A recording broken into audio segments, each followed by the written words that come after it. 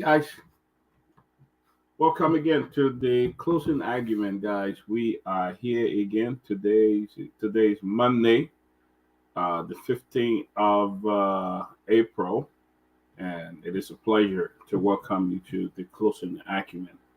To this Monday, we like to welcome you. Pleasant good evening in Liberia, the U.S., Europe, and everywhere. We'd like to welcome you again to the closing argument. We are ready, and our panelists will be joining us soon. Chairman Benjamin Sanvee, uh, uh, uh, Chief Sen Tomalin George, Keff Hassan, our other panelists, Ms. Grace Gua, uh, Julius, Lofa Julius, uh, and the others will be joining us. But it's a pleasant Monday. The weather was quite beautiful today. It was warm at my end, and we are looking forward to having a great show. I want to thank all of you guys that joined us last night for the show on the Butuburam refugee camp. It was a great show.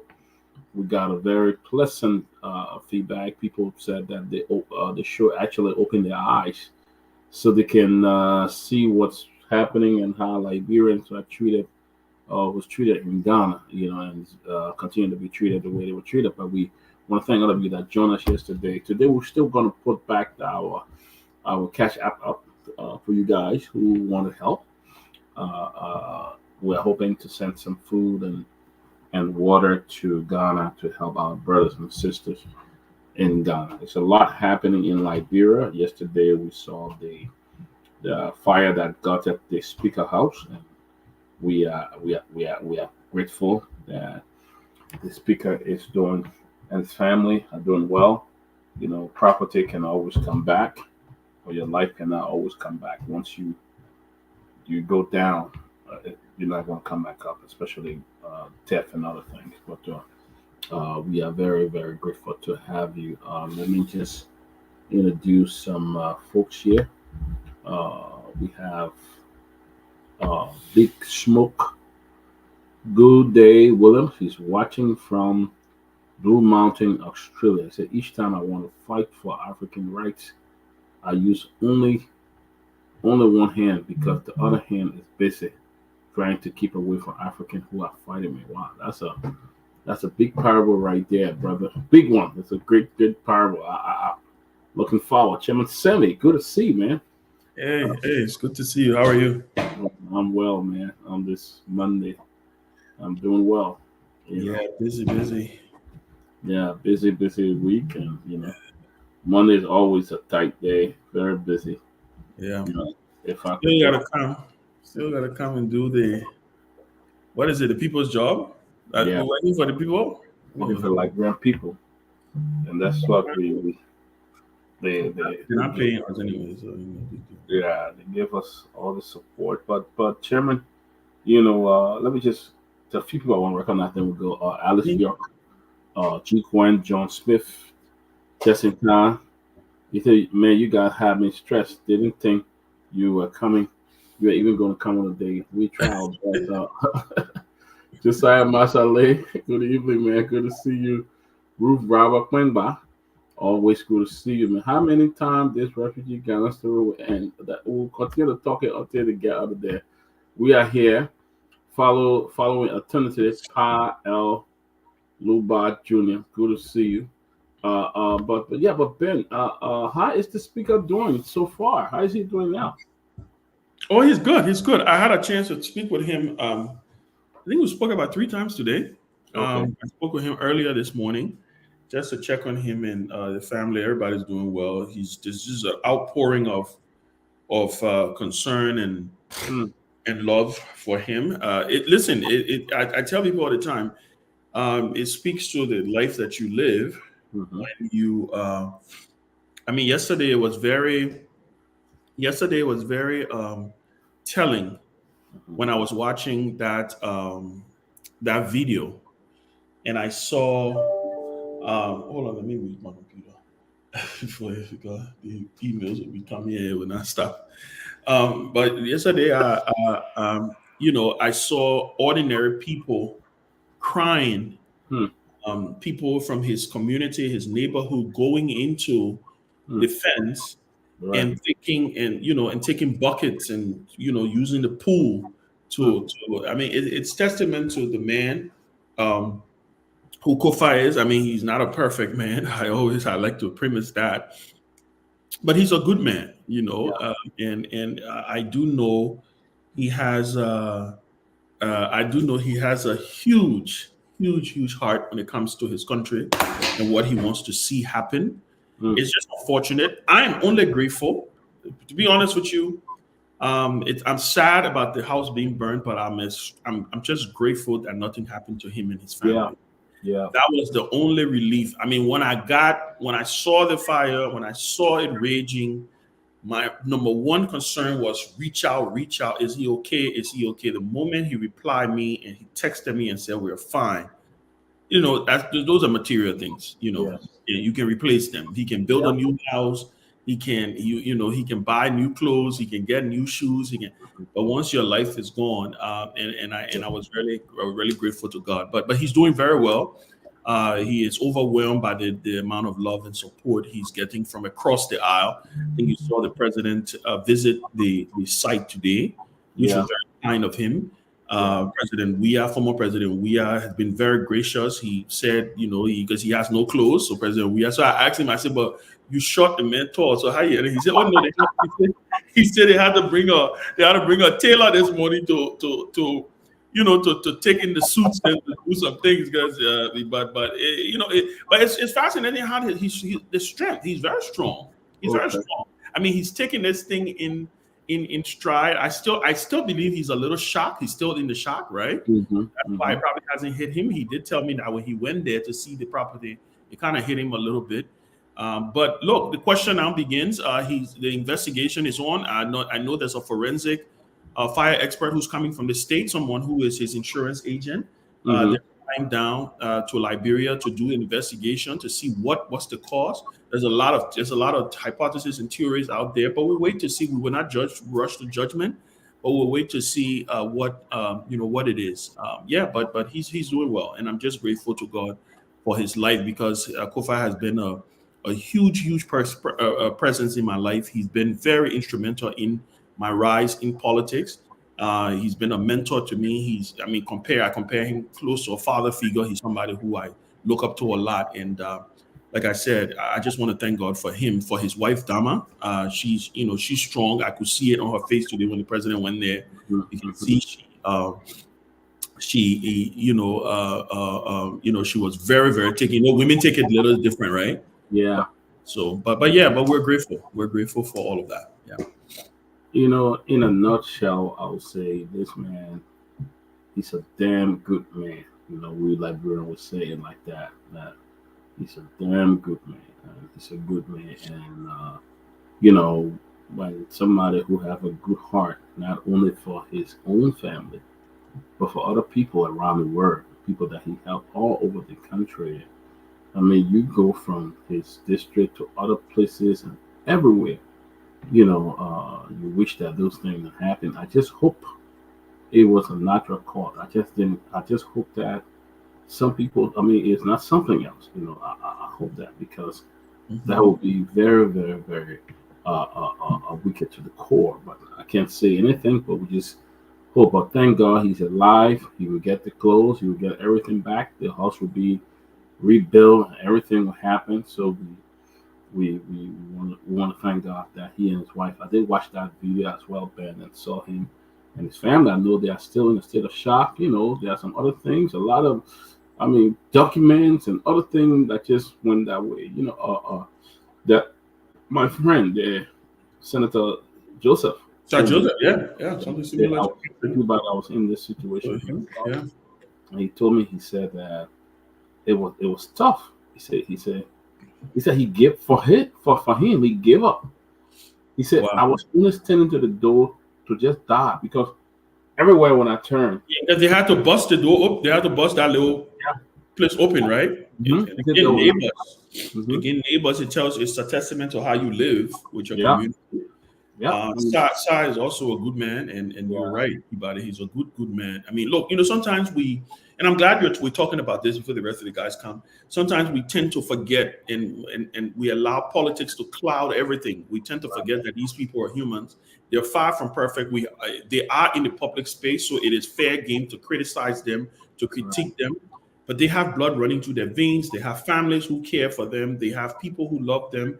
They have supportive. And so sometimes it's so easy for us to just forget that that they're human beings also. So true to what you're saying. We send our hearts also to Sosa Jose. I mean, I know he too is still going through Yeah.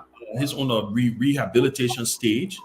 Losing everything, he has to rebuild, but yet and still find time to go ahead and do the people's job. So Yeah. And I was amazed when I saw the speaker this morning having a press conference. yeah, We've been receiving other guests, international guests as well. I was surprised. I'm like, wow. Some people not. I mean, but his willpower, the willpower that he had to just get out there and keep it going. And it speaks volume.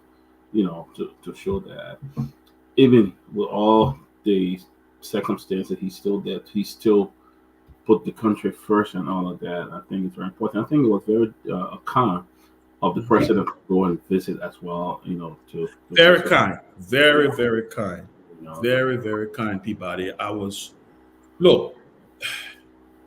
You could see the care, you could see the concern in the president's face, and it was very kind of him. He didn't mm, have to. Let's be frank. yeah, He didn't have to. I right, mean, he could have issued a statement and say, "Hey," mhm, or place a call to him because the speaker said last night he spoke with him for almost 20 minutes. right, That he was in bombing on his farm. So we thank the president right, for showing the fatherly figure side. hmm Again, like I said, we forget that these people are human beings, and everything in our country has become so politicized. I mean, I saw yeah, people trying to throw little shots here and there, talking about, look, it doesn't take away, Peabody, that mhm, ordinary people go through this thing every single day. Maybe tonight somebody's house will get burned. We may not even know, right? We yeah, and But it doesn't take away from the fact that at the end of the day, a national conversation needs to happen you're about right, this issue of fire, and we yeah, have to be very, very, very strategic now on how we deal with it. And there has to be capacity. I think somebody talked about the fact that the fire service is not responding. People are not.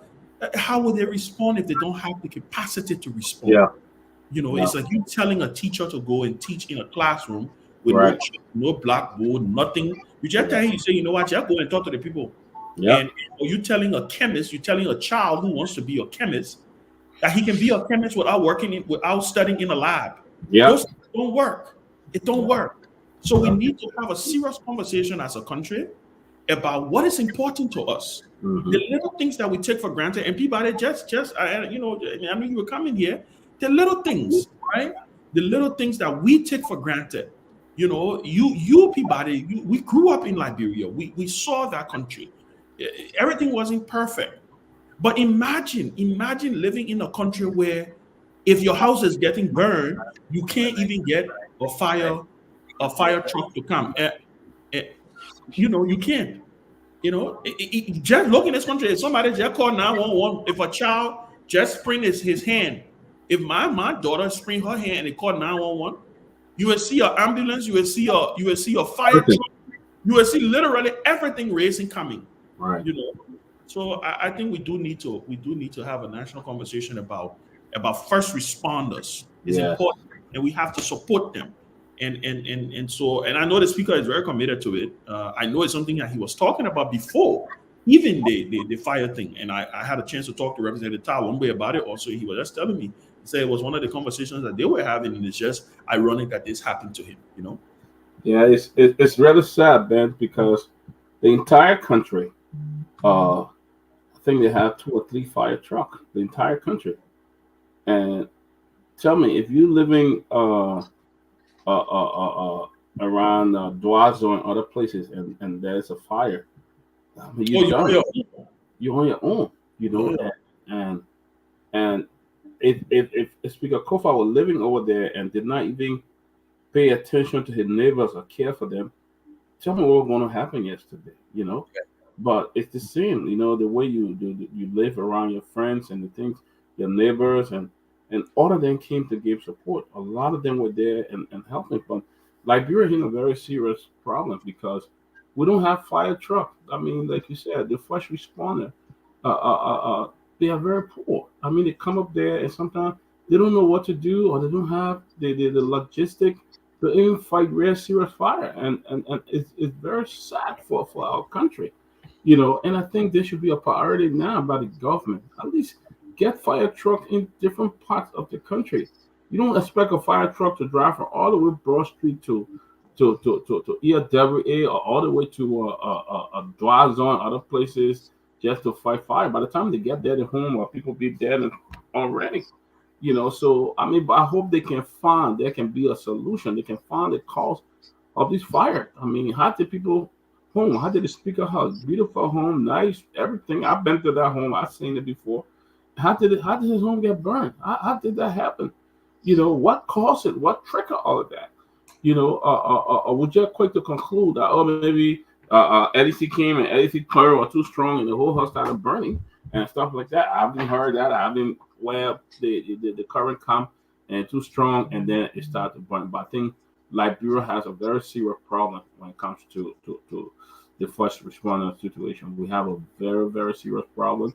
We don't have enough fire truck in the country, in the county. So if a fire is burning in Buchanan, you expect the car to leave from Monrovia and go to Buchanan to treat it. I mean, it is bad. That should be a priority, healthcare and the first responder situation because it's very I, bad for the country. It's very bad. I You know. agree. I agree with you, people. 100%. Again, we need us. We need strategic thinkers. Yes, this falls on the government, but the people who are appointed in these functionaries now need to start to think outside of the box. They not need to start to become innovative. That's what leadership is about. If Right. you have been appointed to fire service, help the government. You know the government is very tight right now on the issue of purse.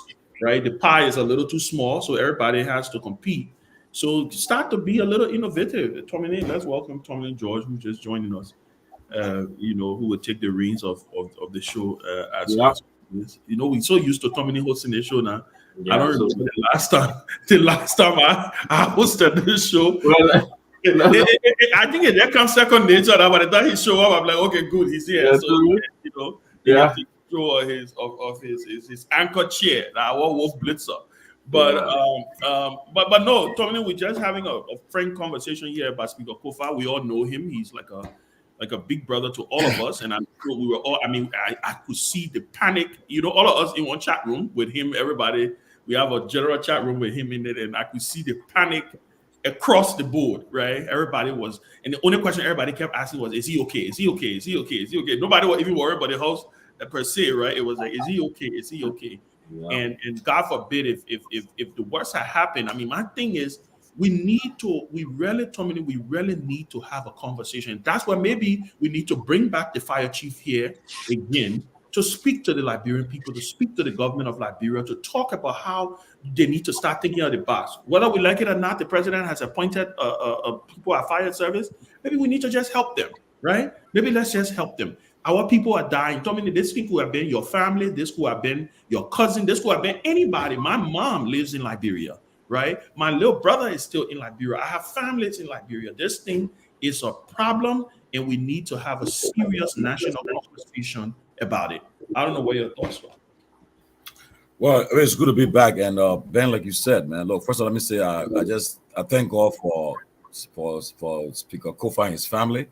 Like I said in the chat room, uh, just give praise to God for everything. And only God knows why it happened yesterday like that.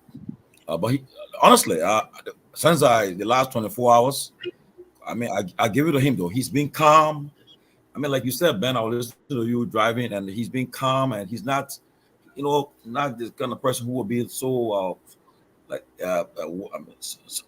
unstable or so. But he's been calm and taking it with strides. And again, like you said earlier, the life you live speak for you. like he said, the clothes he had on yesterday was a neighbor that gave it to him to Yep. wear. Yep. And, he wore. And honestly, you and I, we frequent that particular neighborhood. And Mm-hmm. you talk about Kofa in that neighborhood. If you are running for office in that in that neighborhood, he will get most of the votes because he's well loved by his neighbors because he shared with them, and he's not somebody who is that person who will be in the high fence and just not see the neighbors. And people loves him in your neighborhood, and he said, like he said, perhaps this will bring national attention. I saw the president there today visited him, and the fire chief had worked with President Boyka when he was vice president, even went to his inauguration, and they hope that they would have elevated the fire debate. But President Boyka, I think they are disappointed with the president because what they thought they would have built with him as when he became president. But when he started making the appointments and not showing interest in the fire issue, they got disappointed. And I think the fire chief said he had written President Boyka a long communication when he returned from Liberia. And for what happened, I saw the president, I saw him, Speaker Kofa having some tete-a-tete today. I'm sure in my mind, I believe you're telling him, say, look, we must now put this stuff in the budget. Let's prioritize this. Let's prioritize the fire issue, And on this note, I want to call on all Liberians that's having LEC connection. Please find some professional electrician. Let them check your wires. Let them check it. Let them check it. Because most of the time they've been saying when Sir Joseph thing happened, they said as soon as LEC current came, that when the fire it started. They said he was Speaker Kofa, but he said today in his interview, he said my house was wired properly, so it's not no faulty lines. That's why I'm happy he's bringing in a professional fire expert to come and do the investigation with the fire service. But like I said, you can't rule out nothing.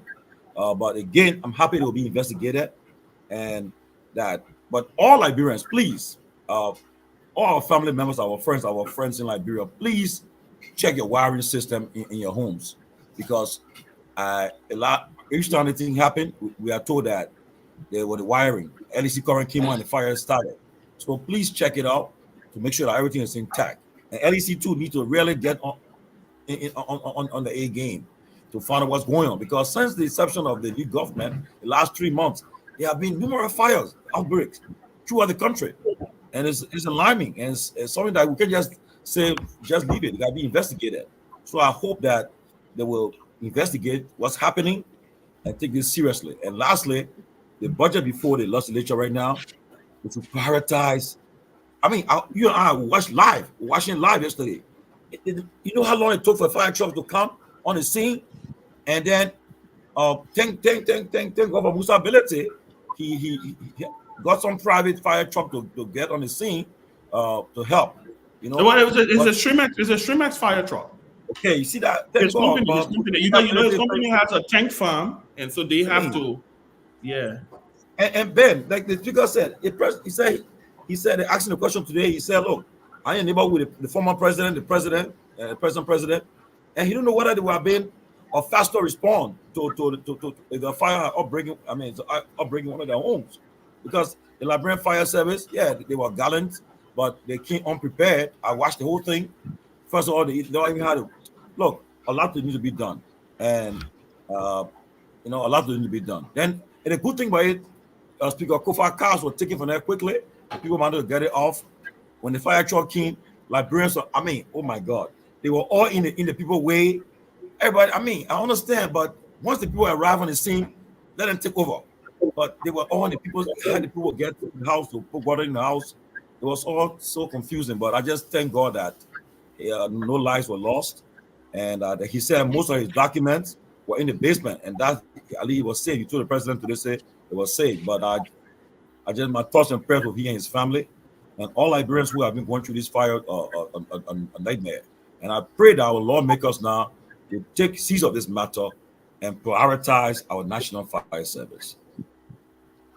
And I think it is very, very important. You strike a point here that the government need to. This should be just how the president declare drugs a national emergency. The Liberian government need to do that, because a fire the fire situation now in Liberia cannot be resolved. Every house that caught on fire either got burned. No, the no what you say the fire service came in and they were able to arrest the situation. Another thing is, do we have trained fire servicemen?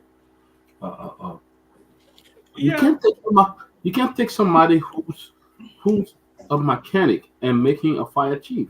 It's not going to be possible. Or it's like taking a driver and telling him to go and work in the engineering department, take it to be a teacher. I think the problem here is you must have trained men, and I must give credit to Winfred Russell. Winfred Russell have been one of the advocates for getting Liberian firemen in this country to be trained. In fact, he went the extra miles of getting the fire chief from Reston, Virginia, and the one from former fire chief from Minnesota. They were on the show 2 times. They went to Liberia for the inauguration of DP Barker and pledged their support and willingness to help the Liberian government to deal with the fire situation.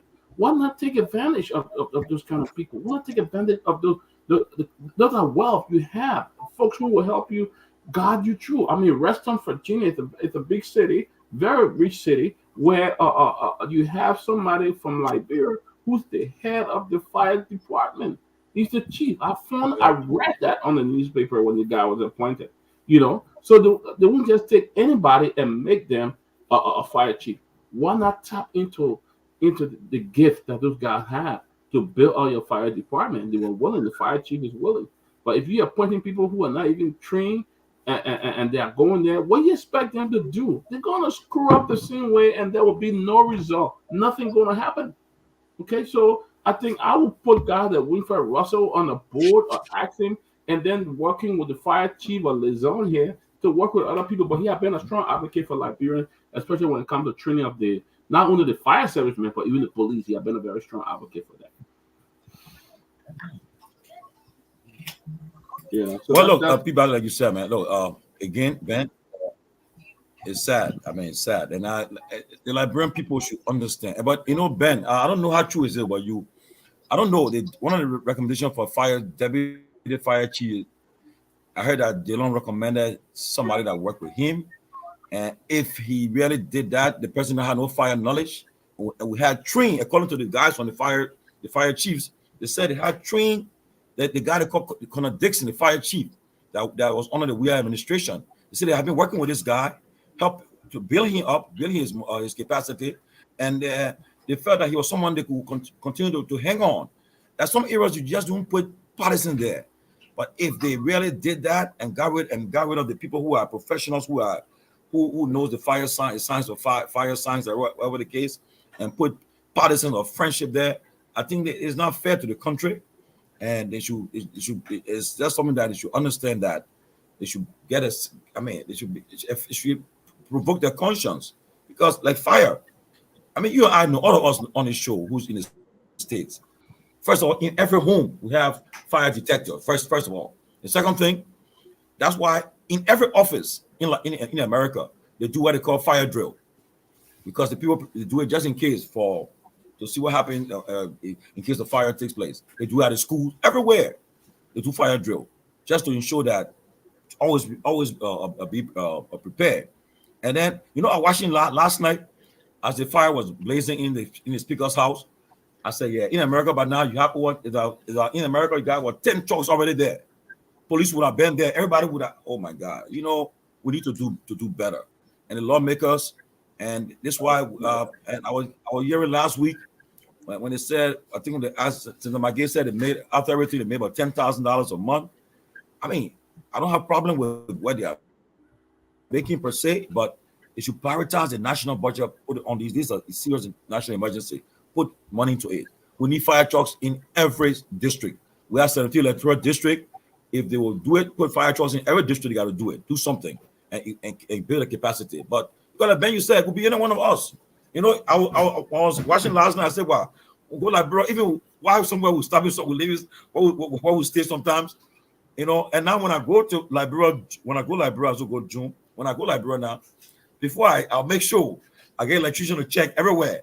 They'll check the fire, all these stuff, because I won't be laying down sleeping one night, and then they say LEC car coming, then next thing they're blazing. man, you know, my man. Some all go to sleep, we'll just go sound. You know, I don't want to be caught up in that thing and it's the man left fire, America, you go like, bro, you go left fire, fire, that guy burn fire. But it's a serious thing, though. Very serious thing. Get a bowl. Yes, good to be back. But talking about the fire Well, Ben, situation. you be smiling for, man. What happened? What is smiling, Ben? No, I was receiving a text. Tell me, be smiling. Oh, I okay. was receiving a text or somewhere.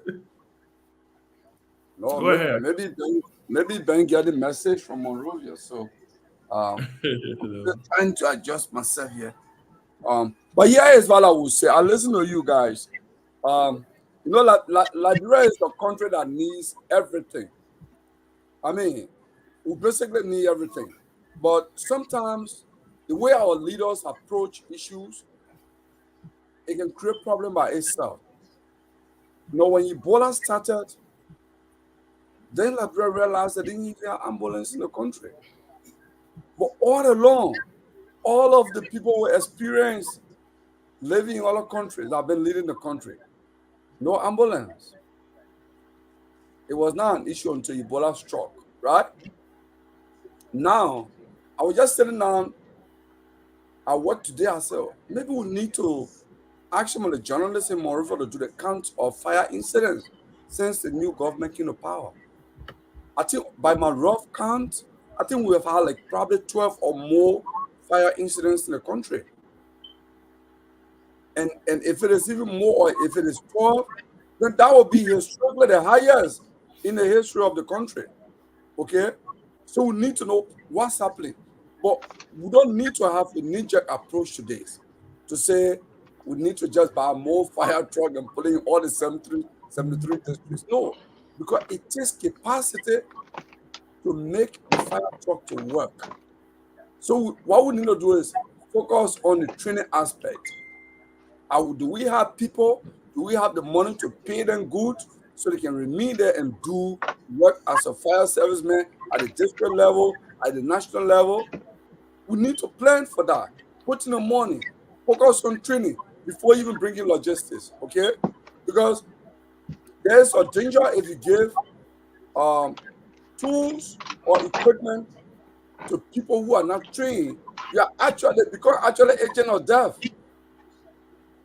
That's basically what you do. So, I mean, it's common in our country. People say, oh, we need schools. If you go around Liberia, in many districts, in many villages, you see beautiful school buildings, but no trained teachers. Because we focus on when politicians go during election time, people say, oh yeah, we need school, we need clinic. And sometimes they do deliver, but it's not in line with the Ministry of Education or the Ministry of Health delivery plan. So you have this building, but quacks are operating it. So what are they doing? What are they doing? They are actually creating more harm than solving the problem. And that would be my question, my comment on that. And Tomalin, when you're talking about 73 districts having fire trucks.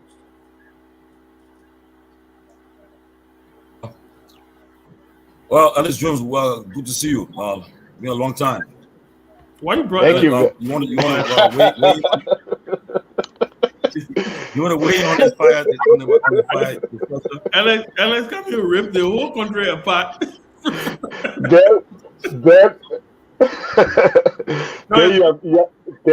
Ben Sanvee, you better grow on me, actually, And I think you put it to the now. I think I would select you as my running mate. Oh, God.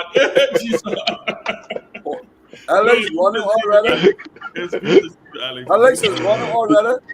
Yes. Are you running to no man land?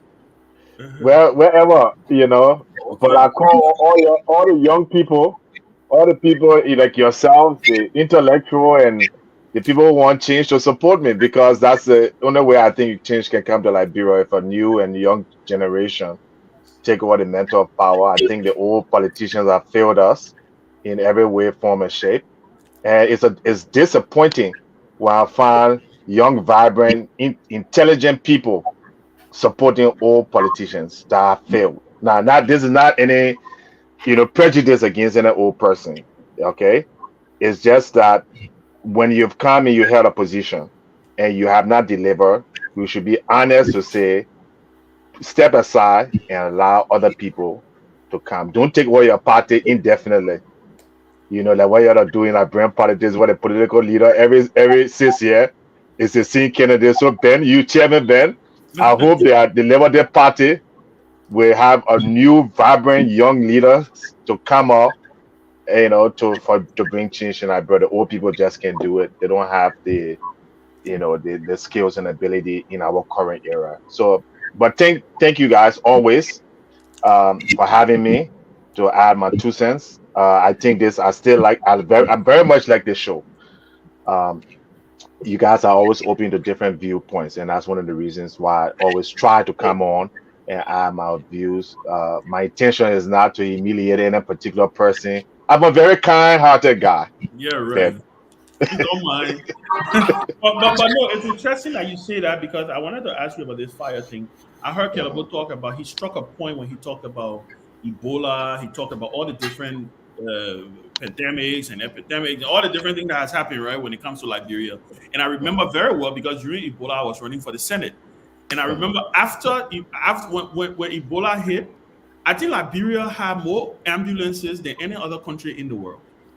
I mean, it was like an influx of, and because what caused the problem, what made the disease spread the way it spread was because we didn't have ambulances. So people were taking the Ebola victims and putting it in a car because they didn't understand the signs. And so the moment we figure out the signs that, okay, you know what, stay away from them. That once the fluid touch you, you will get it. If you don't touch them, you will not get it. So that meant we needed a lot of ambulances. I remember the floodgates open. And the question I'm asking today is, where are all those ambulances though? Where because like you said, Caleb, the issue is about maintenance, right? You are absolutely right. And then I will probably let Alex just chime in on this. You may see an open door policy now of just fire trucks all over the country. And then maybe 3, 4, 5, 6 months, a year from now, you will see all the fire truck on the sidewalk, all broken down. People even know what to do with it. And there will be a total waste of money and resources. So I agree with you. I think there has to be a comprehensive plan. And this is again where leadership and vision comes. Leadership and vision. These things don't just happen by mistake. They're not magic. The reason why it works in these countries, America, African countries, all these countries that are doing things right, is because of vision and leadership. Leaders who have decided that, you know what, we're going to deal with the structural issues. So I agree with you, Kelabo, on the issue of that because, we're a very reactive group of people. We're not proactive. We're very reactive. By the time something happens, everybody, oh yeah, you know what, we just need to fire truck. Let's just put fire truck all over the place. And you're right, Kelabo. And last point on this, Alex coming. If you even watched the video yesterday, Tomalin, watch that video. There was a fire truck parked in the driveway that didn't have water in it. No water. Wow. There was no water in that fire truck. Guess what? That fire truck was parked in that driveway for almost 30 minutes. The second fire truck came and it had to wait for another 15 to 20 minutes for them to find the driver to remove the fire truck from in the driveway for them to go and move it. So it's a structural, it's a capacity issue. It's a problem that really needs leadership, like many other problems that we have in Liberia. I mean, it's like the country is just, I don't know how 20 years later, after a war, 3 successive democratic elections, and we stay at the, We haven't got y'all it. help me. Y'all help me. Maybe I'm missing. But before Alice comes, I know there's going to be a fire exchanger here today. So I but before Alice comes, Because he will bleed everybody. He will tell you the problem, then. I actually love talking to Alex. We talk on the phone. Sometimes we talk last 45 minutes or 1 hour. So we may talk here openly today too. But before he comes in, let me make 2 quick points. Just in furtherance of my earlier comment, then that's precisely the issue. You see, in this country, I've taken time to go to the fire service in my community to just understand how, because it starts with volunteer. Kids start with volunteer. They have to even work there. They have to understand the building code.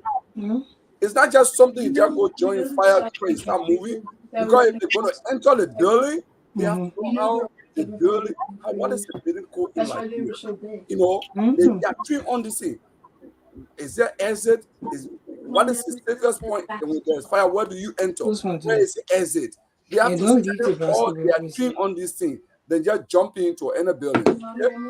And the last one I want I think you gotta mute yourself.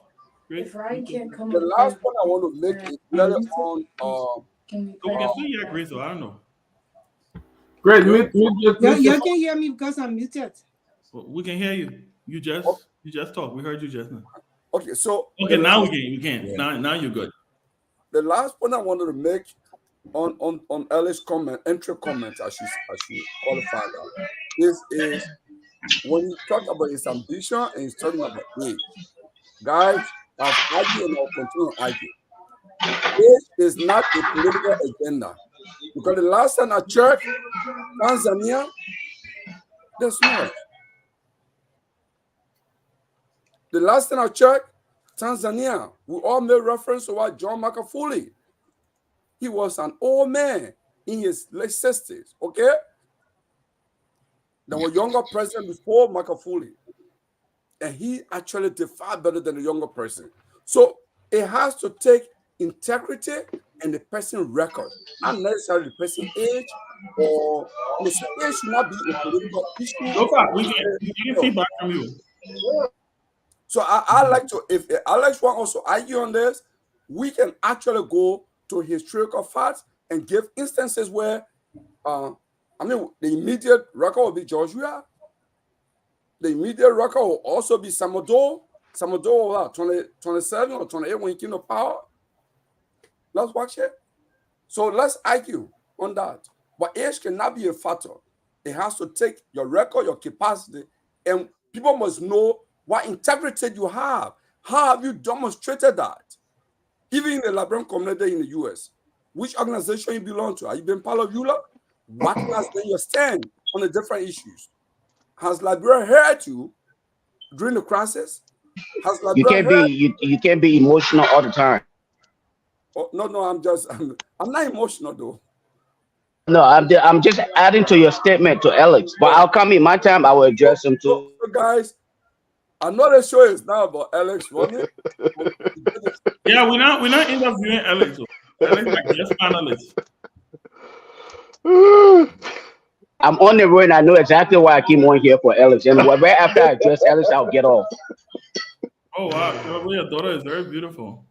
Is Grace. Oh, okay. That Grace charming. Yeah, the terrible daughter of Kelabo. But you know something before Grace come in. Look, I will say this though. All of us here tonight, go to your local fire chief, and try to represent Liberia. Ask them for help for Liberia. You need to do that. Go ask them. Wherever anybody can help, let them help our country, because that fire incident, that fire outbreaks that are happening, we should not take it lightly. If they're going into the presidential era now, it's serious now, because the former president lived in that era, the present president lived there, and the third higher person in the country will help him got that. So we should not take it lightly. When I saw the response yesterday, I was disappointed. For the fire service, we don't have a fire service in our country though. So let us be ambassador for our country on a fire issue. But Grace, then Alex. Hi everybody. Hi to the listening audience on YouTube and also social media. Our people in Liberia. Greetings from me here in Central Pennsylvania. And to chime in on the fire incident, I'm so disappointed and sorry to the Speaker of the House and his family. I can't even imagine what they went through. It's just so saddening to see people lose their houses. Although he's not the only person, it happened to so many other people in Liberia already. I guess because he's the Speaker of the House, so now it's gaining more attention, which is understandable. It happens around the world. People who are in leadership position, when things like these happen to them, then you see more light being thrown on it. So I'm very sorry for the loss of the home, and we thank God that people were not in that house and got burned. I think during Ellen Johnson's early time, certain time came, they were throwing petrol bombs in people's homes. And I think one of the person whom that they threw the bombs was Amara Kone. And we talk about that. And it was so saddening to know that when you serve in the Liberian government, sometimes you get the hit of this thing. I'm not saying that's what happened, because it happened to other poor people. The fire has been on rampage in Liberia for some reason recently, since the new turn of this government. Now I know you guys talk about, you know, the first response to the fire from the fire service, and you know the way they respond to it, and the logistics, whether they have enough or whether the people are well trained. But I just want to focus mostly on the investigation part of what is causing the fire. And I wish that Liberia had more trained fire service people to ready, especially investigators, because at this point in time, I just, like when I saw the main house on fire, something in my heart just told me that this is not just a fire started because of some breaker in the house or something. It's like somebody threw something, or somebody started that fire on purpose. That's the first thing that came to my mind, because with everything that going on with the war and economic crimes court, and some people are not satisfied, and we will never know, because we don't know what a proper investigation will ever be done in Liberia when it comes to fire service, when it comes to plenty of other things. We don't know, but I will tip on a little bit before I shut, you know, before I turn over about what Kerebu was saying. Kerebu, you have a very, you some tendency in you with this whole age thing is really bothering you. And especially when it comes to leadership in Liberia, it comes a time, especially when you're in a certain era in this life, that things changes. The power, when people who older never prepare themselves to lead in their young age, and then they already finish going through the preparation, and then all of a sudden they are old, and they think that because they're old, so people should just recognize that they should take power and lead the younger generation who already so advanced, you know, and that we should just get our future to them while they already laid their future. And if they wanted to become president, they should have become president in the 50s. We are not, I always say, you talk about Samuel Doe. Samuel Doe came into power with a military rule. They overthrew the government. That's how he came to power.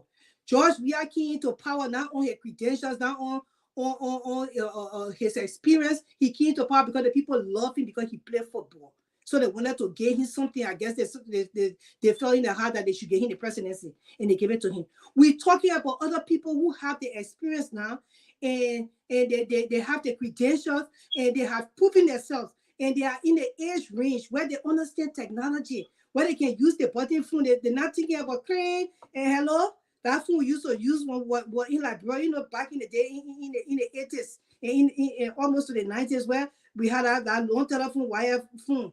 Well, when it ring, I think you never even used to use one.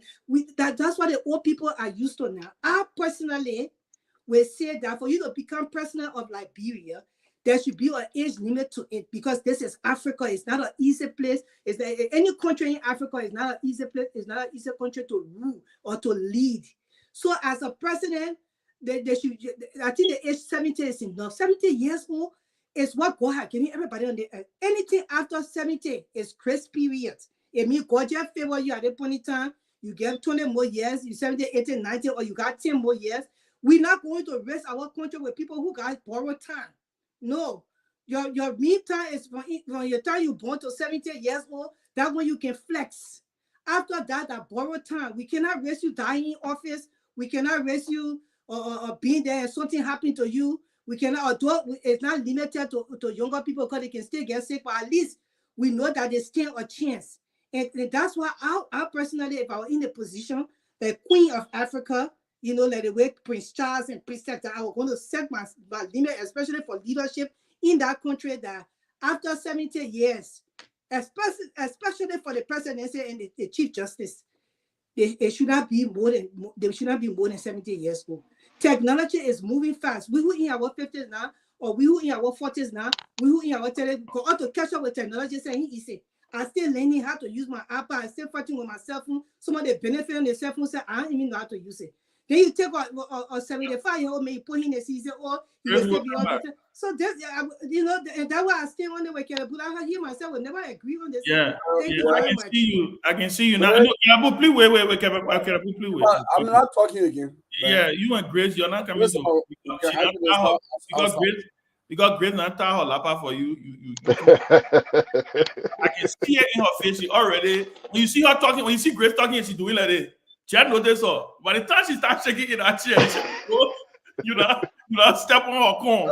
I hope Rabbi will come for her. I beg you. Let get Alex to come in. He hasn't said anything. Okay, so well, thank you, Ben. Look, Grace, let me tell you something. If I was where you were, I would put you on my back and carry you. And in fact, you're a queen. You don't have to be a leader, or you have to be your queen. And the reason why I'm saying that, a lot of times people agree in they want this quota system where because somebody is a female or somebody is. I don't believe in quota system. What I believe in is the most qualified person. And what you have said here today struck me as a well thought of response.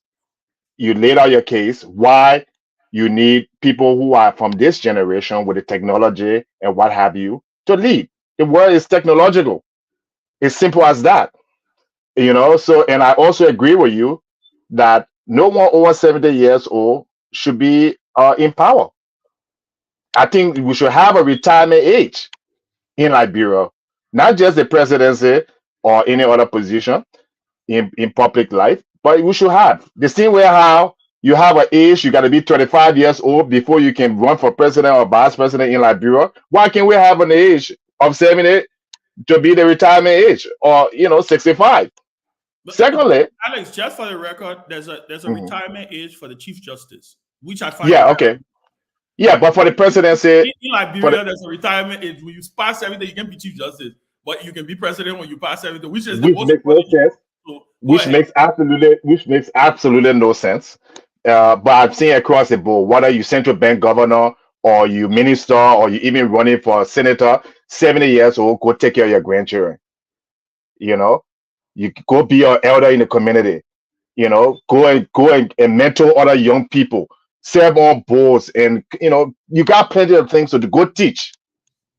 So I agree with you on that point, and I think Calabo is very wrong. I think the fact that you have a lot of qualified young people, and you made a point about George Weah. George Weah was not elected in Liberia because he went to a debate and he put up a platform and and people made a conscious decision on his leadership. He was rewarded for being a celebrity and what he's done to Liberian people, which I thought was a mistake. And we saw the consequences because he was not prepared. Look, I'll go to the fire situation here. All right. What are you carrying fire trucks in Liberia? What who house got burned is not the solution, because you don't have the structure in Liberia to support it. The older generation and the previous president, this answer your question, Ben, you were talking about, we've had democracy for 20. You can have democracy for 200 years. If you don't make the change that's necessary, right, it will be like riding on a flat tire. And Liberians have never had the kind of reform. The reason why fire service work in other parts of the world, including America, they have a structure. It's funded, okay, at the city level. So when you buy a house in America, when you build a house, the contractor and all these things, there are money that goes to your fire department so they can buy trucks, so they can keep it. If you don't have that kind of structure, if you carry a fire truck, one tire of a fire truck costs maybe $10,000. How are you gonna sustain it? So our problem is not, we don't have ambulances, or we don't have, certain equipment. We don't have the structure, the management structure to maintain it. And the reason we don't have that structure is because we elect people who simply don't know. We elect people on emotions and popularity and tribes. They come with no policy. They come with no real solution.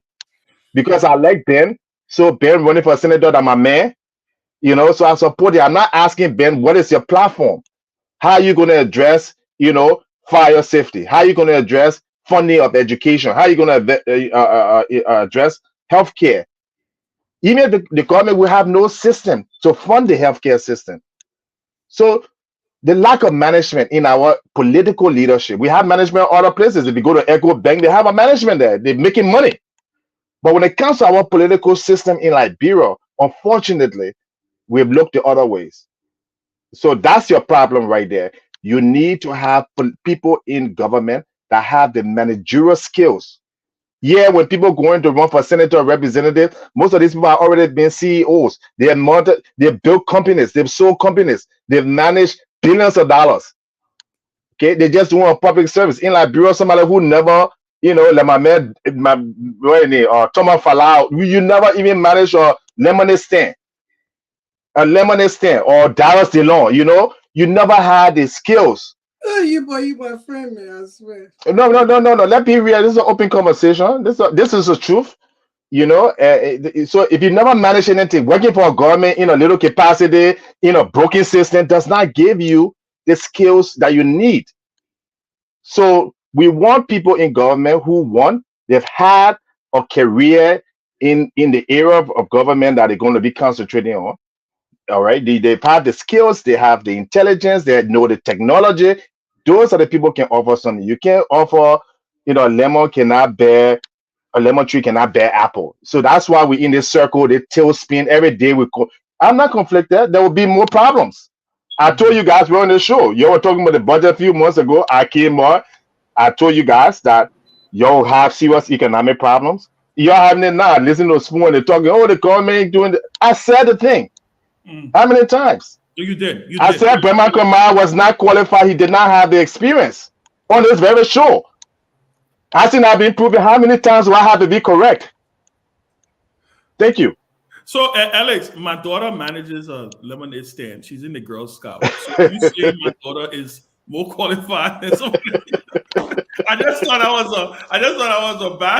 was a deep dig that you did right now. So I want to pictures when you compare a lemonade. She has a serious business she's running with her lemonade stand. Let's put it this way: if she was running for something and she has a good track record with her earnings statement and her growth, I'd rather support her or somebody who never managed her lemonade stand. Let's put it that way. No, but it's good, brother. Welcome, Keff Hassan, to the show. Keff, welcome. It's good to see you, my brother.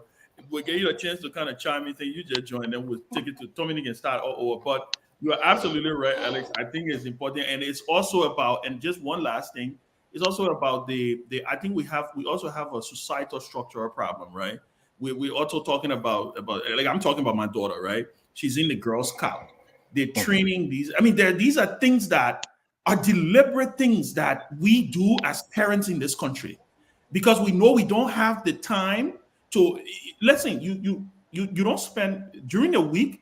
80% of your child's day is spent with strangers, school, daycare. So you find a way to compensate, right? So in the Girl Scout, the Boys and Girls Club, all of these things. These are organizations that are teaching these children leadership, how to manage money, how to do things. So you're right, my brother. You don't want you hit the nail. I just saw it was funny when you said that they have not managed a lemonade stand. But Kev, come in and then tell me you can take it and start. We can start all over. Okay, let me just say hi to everybody. Yesterday, I had a text exchange with an article from I had goes to him and his family. He said it right. Property can go, but the lives are still there. So my heart does go to him and his family. The situation in Liberia,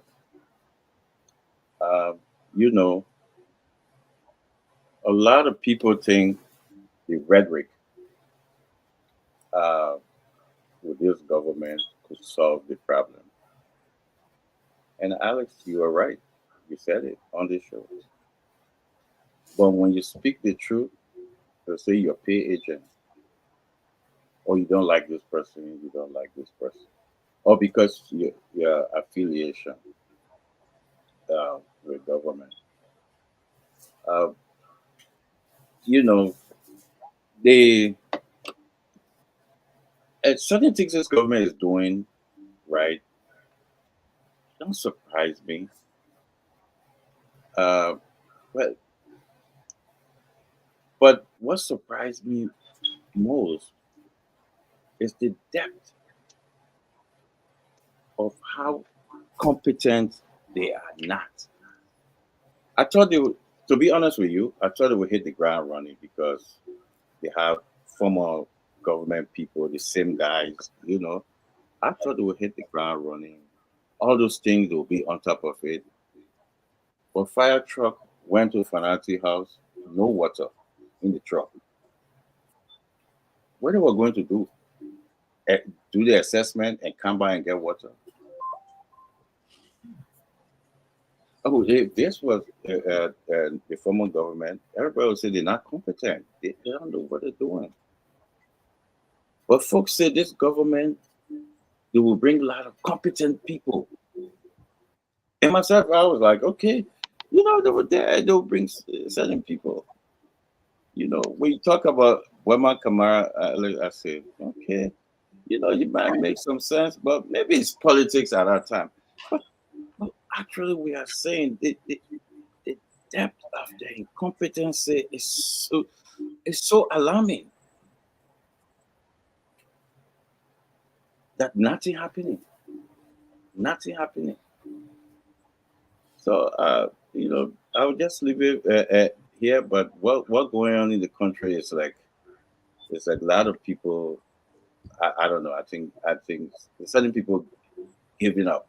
But I would say that don't give up, because a lot of people giving up. It's like, hey, we expect this government to do better. You know, look at the budget. Look what happened in the country. The same thing they talk about, the CTM, the this and that, every single structure that they talk about, still there, and it's still working with the same people, and it's still doing the same people, and they still sign the same contract, and they get the same people that they talk about. Go to the port, go everywhere. In the entire country, same thing. They change nothing. So I just think, I you know, the only thing they did, they just lied to the people, and the people bought it. And a lot of growing folks that we expect to be intelligent bought into that nonsense, and they're there now, and they're talking. Anyway, I'll start for now. I was informed that the three head of the fire services right now, they did not show up for confirmation hearing. And what do you mean? I don't know why. They're supposed to be. Nominated three. They did not. I was told they did. I said they did it quietly, but I Have you got that confirmation, sir? I mean, so you know, they didn't show up, and I don't know. I think I think because one of the deputies are Dillon cameraman, right?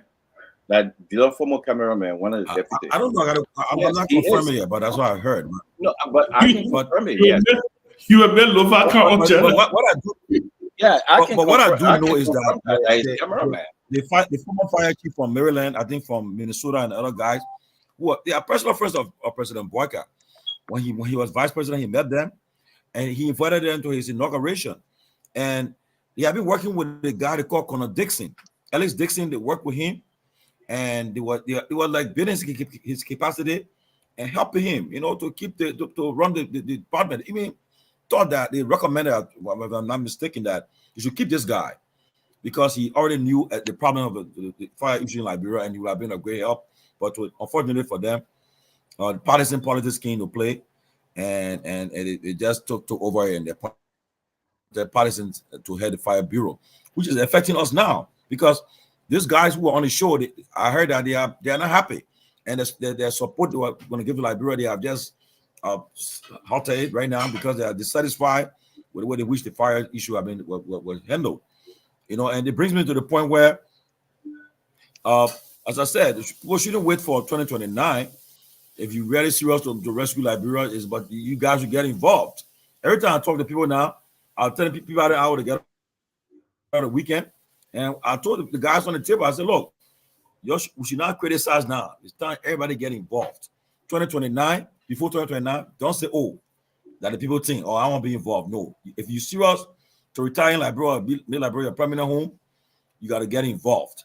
We cannot accept the fact that for the last 18 years, two parties have dominated our political system, and the country is still where it is. It's sad, you know. And today, Ben, maybe you can talk about that. The CPB came to an end today, right? And it was a well-attended program too. Well-attended program. Yeah, and I got my thoughts on I saw that. this. I got my thoughts on the fact that it was well attended. Program.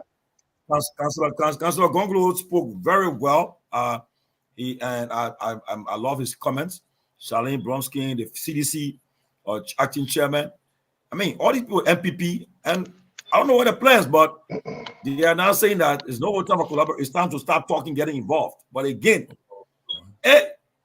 you know, they will all want to be president again. The problem, they all want to be president. So it's about time that they start ticking all the box. But guys, Peabody, you can weigh in on this end the fire debate, and then maybe you can join in the CPB's conversation, maybe.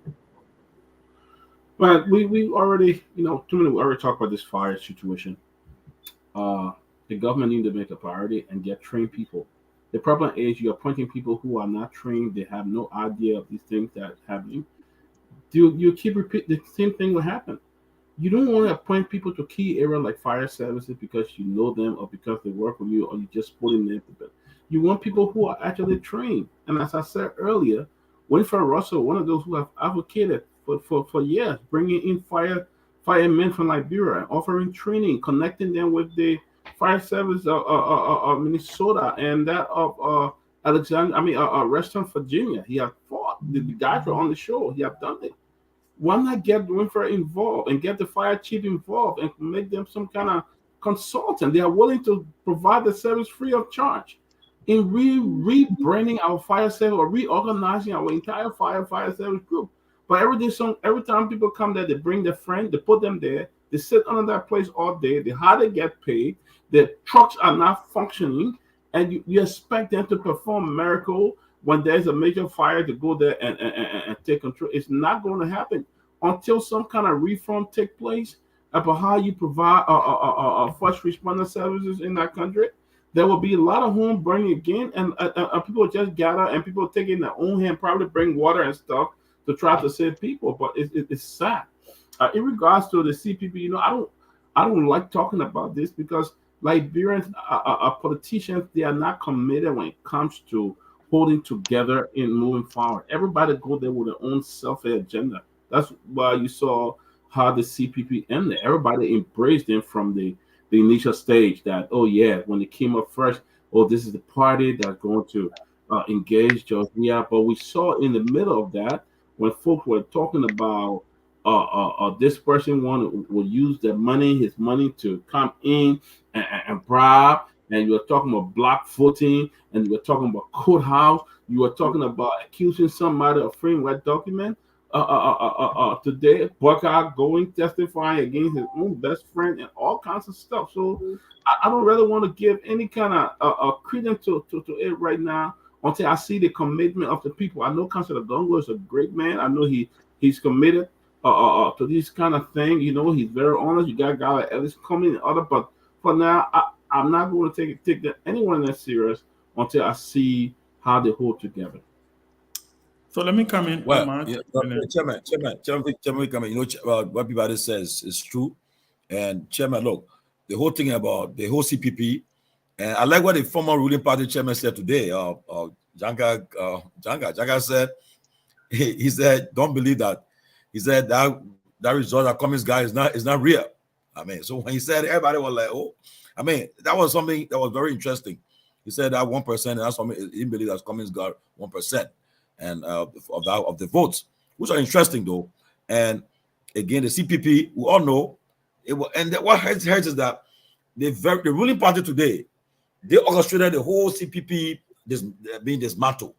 They dismantled the CPP for their own, and at the end of the day, they benefited from it because they knew what was happening. They knew how the CPP was being dismantled. They were part of it. At the end of the day, they benefited because this one people say that, oh, Cummings refused to be VP to Burger. I said that's not true because Keff Hassan, in the presence of Ben and Peabody and myself and other people, Keff asked the president today, asking that question in his office. Keff said, Mr. Vice President, have you asked Cummings to be a running mate? And he said no. So that was on record. Then when we met with Mr. Cummings, I asked that question. I said, Mr. Cummings, Mr.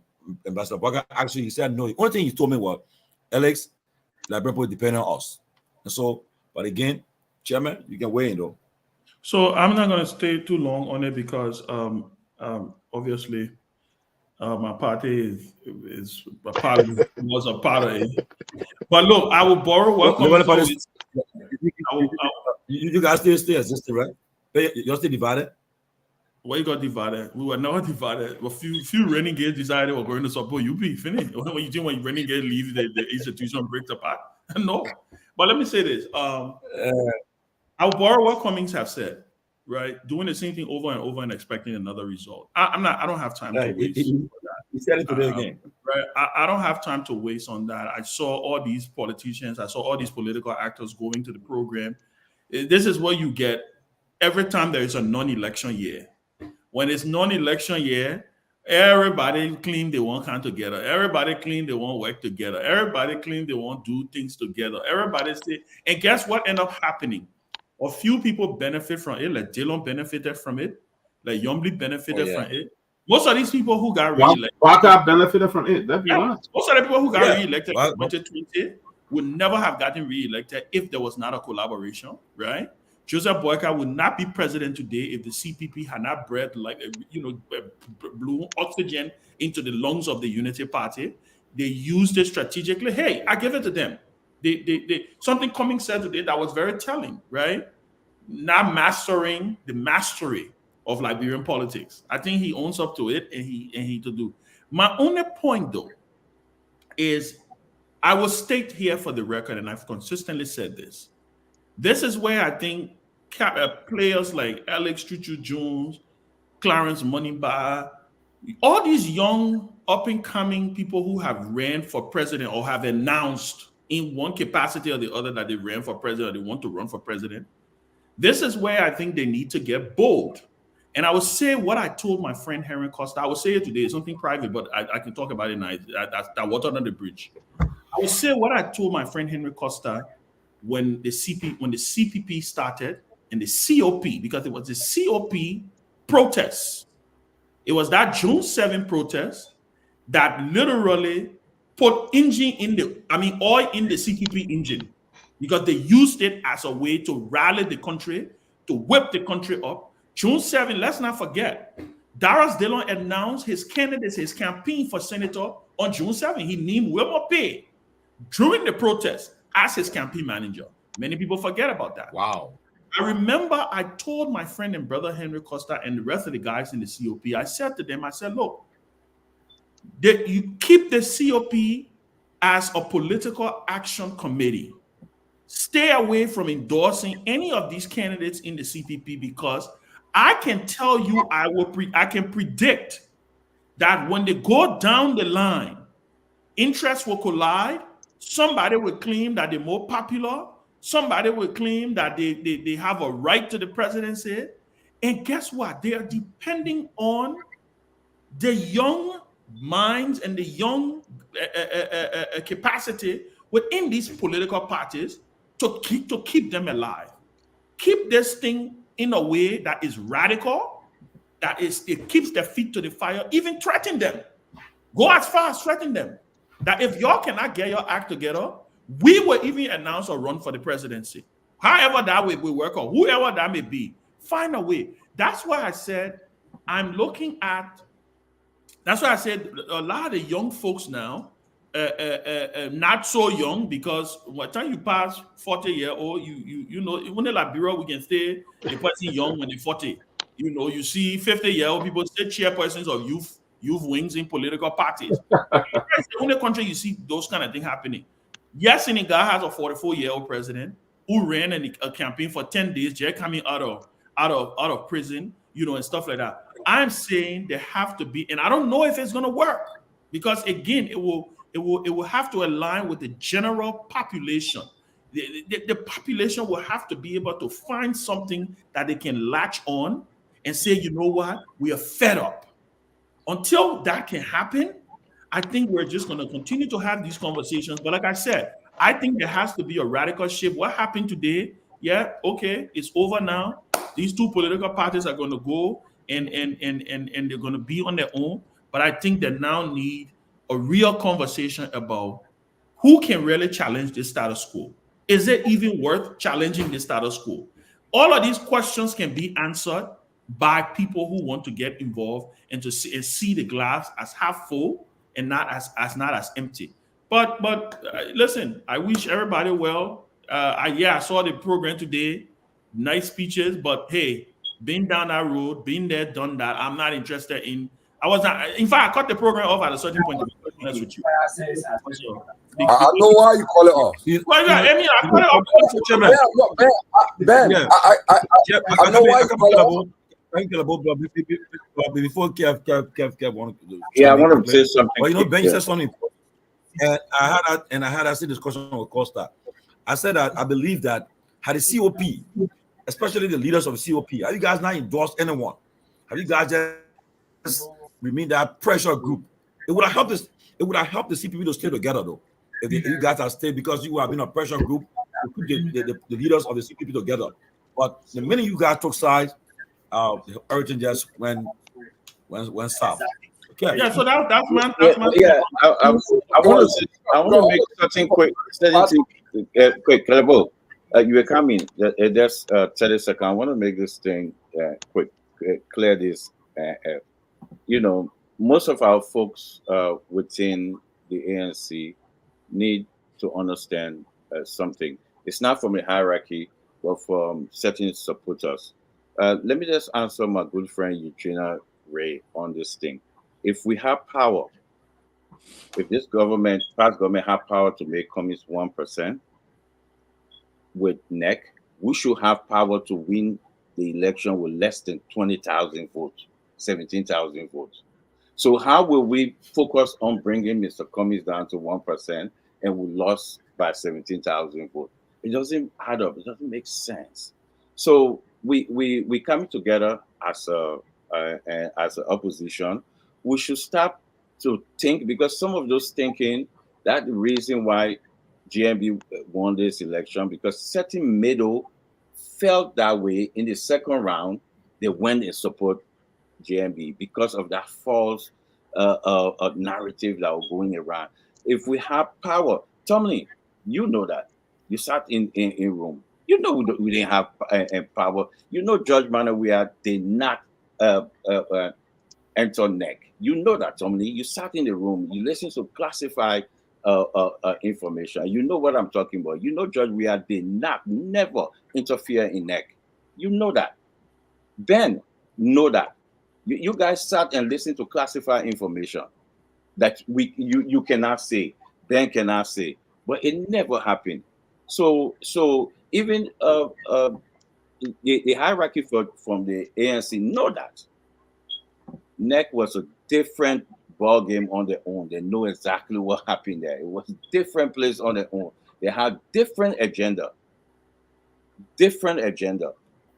But with time, behind closed door, we would know.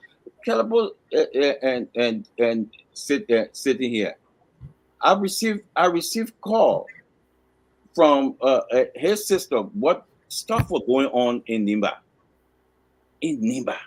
Things were going on. But as a ruling party, how can we say that? People will say, "Oh man, why ain't that NEC? Why ain't do that?" George Weah never interfere with NEC in the entire 6-year presidency. So that notion of which people say we brought Mr. Cummings down, then we lose the election. Alex, man, it makes sense. It makes sense. So we take it. So we brought down to give to Joe Buckeye to put what he named Apiton up.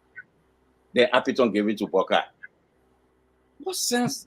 People need to start to process things in the way, But Tomalin, back to you, my brother. I just want to make. But anyway, we are waiting the results. I think Dr. Moneybar, Madam Beslow, and Mr. Cummings said they were going to investigate, and they will get to the bottom of what happened in the election. We hope they can get that outcome.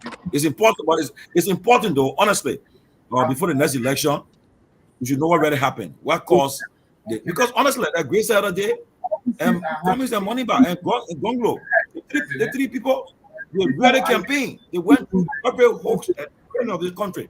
They campaigned. They went to villages. NEC was doing their that own people have not business. gone before. There is no And then way. to see the There's results no that way they got, Tommy should get I mean, that at 1% it would have changed more minds. Cyrus But Moduba. But something they will find out. happened in Well, something well, happened in gentlemen, NEC that people are not focusing on. They are not focusing on what happened in NEC. NEC was different government on their own with their own interests. Their well, own interests. maybe NEC was fighting by on dissatisfaction with the government. Maybe I'm not saying. But that's But not NEC I first. don't want to get into That's not I NEC. don't want to get into the weeds of whether some commissioners are not happy, or I'm not going to get into that. We're not going to go Yeah. there. NEC did what Guys, here's what I was saying. Like Ben said, it has happened. What has happened has happened. We need to look forward. But we need to learn from where we have missteps, okay? But there's something usually we should learn from our past. And this lesson, Joshua actually taught us something that we should learn from. I just want to remind us today. In 2005, Joshua ran. I mean, some sedition believed that he actually won. I remember sitting down in a hotel room here in DC with Nathaniel McGay, and he did say a lot of stuff to me. They actually believed that he won. But some powerful, friendly countries accredited him on River Court and say, hey, you're not prepared to take over this country yet. And they have to back off. They believe that he won. In 2011, which election now? 2005 elections. CDC, I still that. Believe that he won.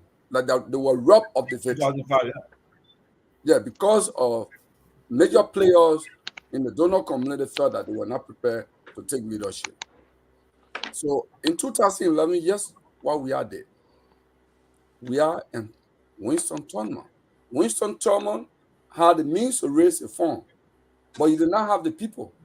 Georgia had the people. And Winston Tomalin, at his age, because he's older than Georgia, he said, okay, I can raise this fund, but you have the people. My money is of no use to me. The people are now on my side. They are on your side. Or can we work together? I will do one term, and you then continue when I leave. You were there? Right? That's a good one. Yes. I don't have to be there. I've been politically active for more than 25 years in Liberia. So I have connections to hear. I got so many years. I see. Yeah. So I'm confident what I'm saying. So that was the understanding. And it worked. So I think what some in the opposition should know is having money may not be they should learn from Georgia. Georgia had the people, but he also didn't have the money at the time. So there was that marriage and the age and there was some agreement reached. So I think we can build a coalition. We can learn from Georgia and Winston Tomalin negotiation in 2011. That's one way. I'm not saying that's the only way. That's one way we could look at it and learn where the population is and what have you. But I would still come back to few some of the things, some of the comments out of May here. Our country is such that every new government, the same issues that were grappled with maybe 5 years ago, 10 years ago, the same issues there. Because we have political approach to solving every national problem. And that is one of the fundamental challenges in Liberia. Government after government, they are not looking at solving issues. They are looking at what? Having window dressing, just something that will keep the problem, just put a band-aid on it, but then it comes when the other person comes to power. This is a typical example now. Corruption is a major issue. Why is corruption a major issue? Because Unity Party and CDC have been in power for 18 years. They are the two corrupt parties. That's why corruption is still a major issue. So if you look at it, President Bouaka set up Asset Recovery Committee. Is Bouaka Asset Recovery Committee. He said, you can only look at what, 2018, to this period. What kind of short-sightedness is that? What I mean, I was just grappling with this thing over the weekend. Well, guys, for a minute, let me just give you a typical scenario I did in my mind. Say I was Minister of Transport under Unity Party government for 6 years, from 2012 to 2017. Then I got elected as in the House of Representatives. Then, because I really corrupted, I got a lot of money from being transport minister. I didn't invest all that because I was sitting down as minister. I was afraid, but I'm now elected official. I start investing it. I'm not getting a lot of money from the Capitol building, and you can't say, how can a lawmaker's salary? Your lawmaker's salary can do this, but under the current mandate of the asset recovery, if you can't investigate me, I'm tracing the sources of my fund in 2012. President Boaga said they should want to look at certain period. On financial crimes, it's a network. You follow the flow of the money, it can even take you to 1990. So there should be no limit on that. But it is Boaga's solution to fighting corruption.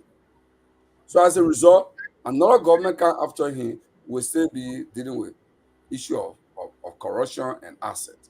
You know, there are people, like the Councillor Gongo said today, there are people in the government, in Boaga government, who are major owners of trucks.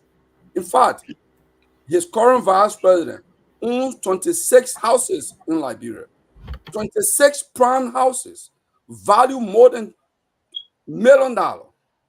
He could not, his salary as lawmaker could not have given him that property for the time he been in the legislature, unless he engaged in corruption, like he and Thomas Fala. Okay? The asset recovery is given in pass under Boaga regime. So Boaga said, let's put a band on this one. When the next person can look at Thomas Fala corruption. That's how we address national issue. Liberia, our leaders have short-sighted approach to solving problems. We're taking loan from World Bank to build a highway from Monrovia to Ganto to the Guinea Bola. Instead of making 4 lane, we said I get 2 lane, one so. Why we didn't go big? Our population will explode. We need bigger trucks. Why we didn't do it? Because Liberians always have short-term approach to addressing issue. And that is characteristic with the educator, the uneducated, the leaders. It's pervasive and it's shameful. That's our country and that's our reality. Can I give a response, Well, if you allow me? Yeah, Alice coming. Alice will come in. But Okay. again, let us say this. Look, you know. So after Alice, it will be again, me, because you can really forget. Yeah, you know, again. Ray should not speak. Yeah. I mean, if we can limit our contribution to 2 minutes, will be good. So that we just work in 2 minutes when we're talking, so that everybody can chime in. It makes it but the thing is so, that when one person, okay, go ahead. Yeah, so we'll monitor everybody for 2 minutes at least. But you know, but like a lot of things have been said. But on a serious note, again, it comes back to the point where, like, we as Liberians, we should blame ourselves for where we are today, and until we can take it, from them, man. Well, no, but Kerabo, you just talk about the VP. I mean, you said the man 26 houses. You've been no evident, but again, we just say out there. People are asking questions. I mean, how you say it, but again, there's another story. But for me, I would, when I bring it, accusing someone here, I will come with evidence to bring them to the board, because we just throw it out there. It's not good for the country. But again, until we can get serious with our country, I agree. I got witness to this. So I was, his own people. I got witness to it. Okay, but that is coming. All right. So let me just be 2 minutes all, guys. Okay, so let me just point this out carefully.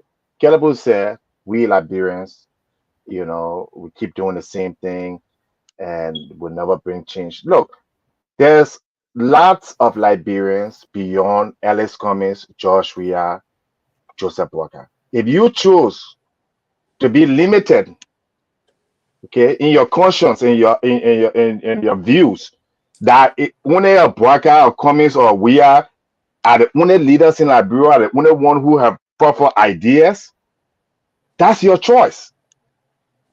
That's your choice. So the problem isn't Liberia as a scope, just like how some of the corrupt media. You choose to only focus on doing campaign on 2 or 3 people, right? That have been around for over a decade, that haven't done anything that's tangible. Then when those people get elected, then you start complaining again. Look, like Alex Cummings said, you can't keep doing the same thing and expect different result. I would tell the Liberian people today, you cannot keep electing the same people and expect change. Period. You cannot keep. Where George Weah could not do in 6 years, he will not be able to do it in 2029.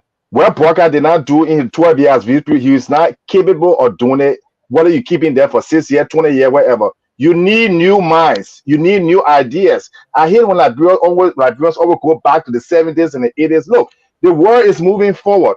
Like Ben said, look at Senegal. Okay, Senegal took 2 young men, Sanko and Faye, from prison.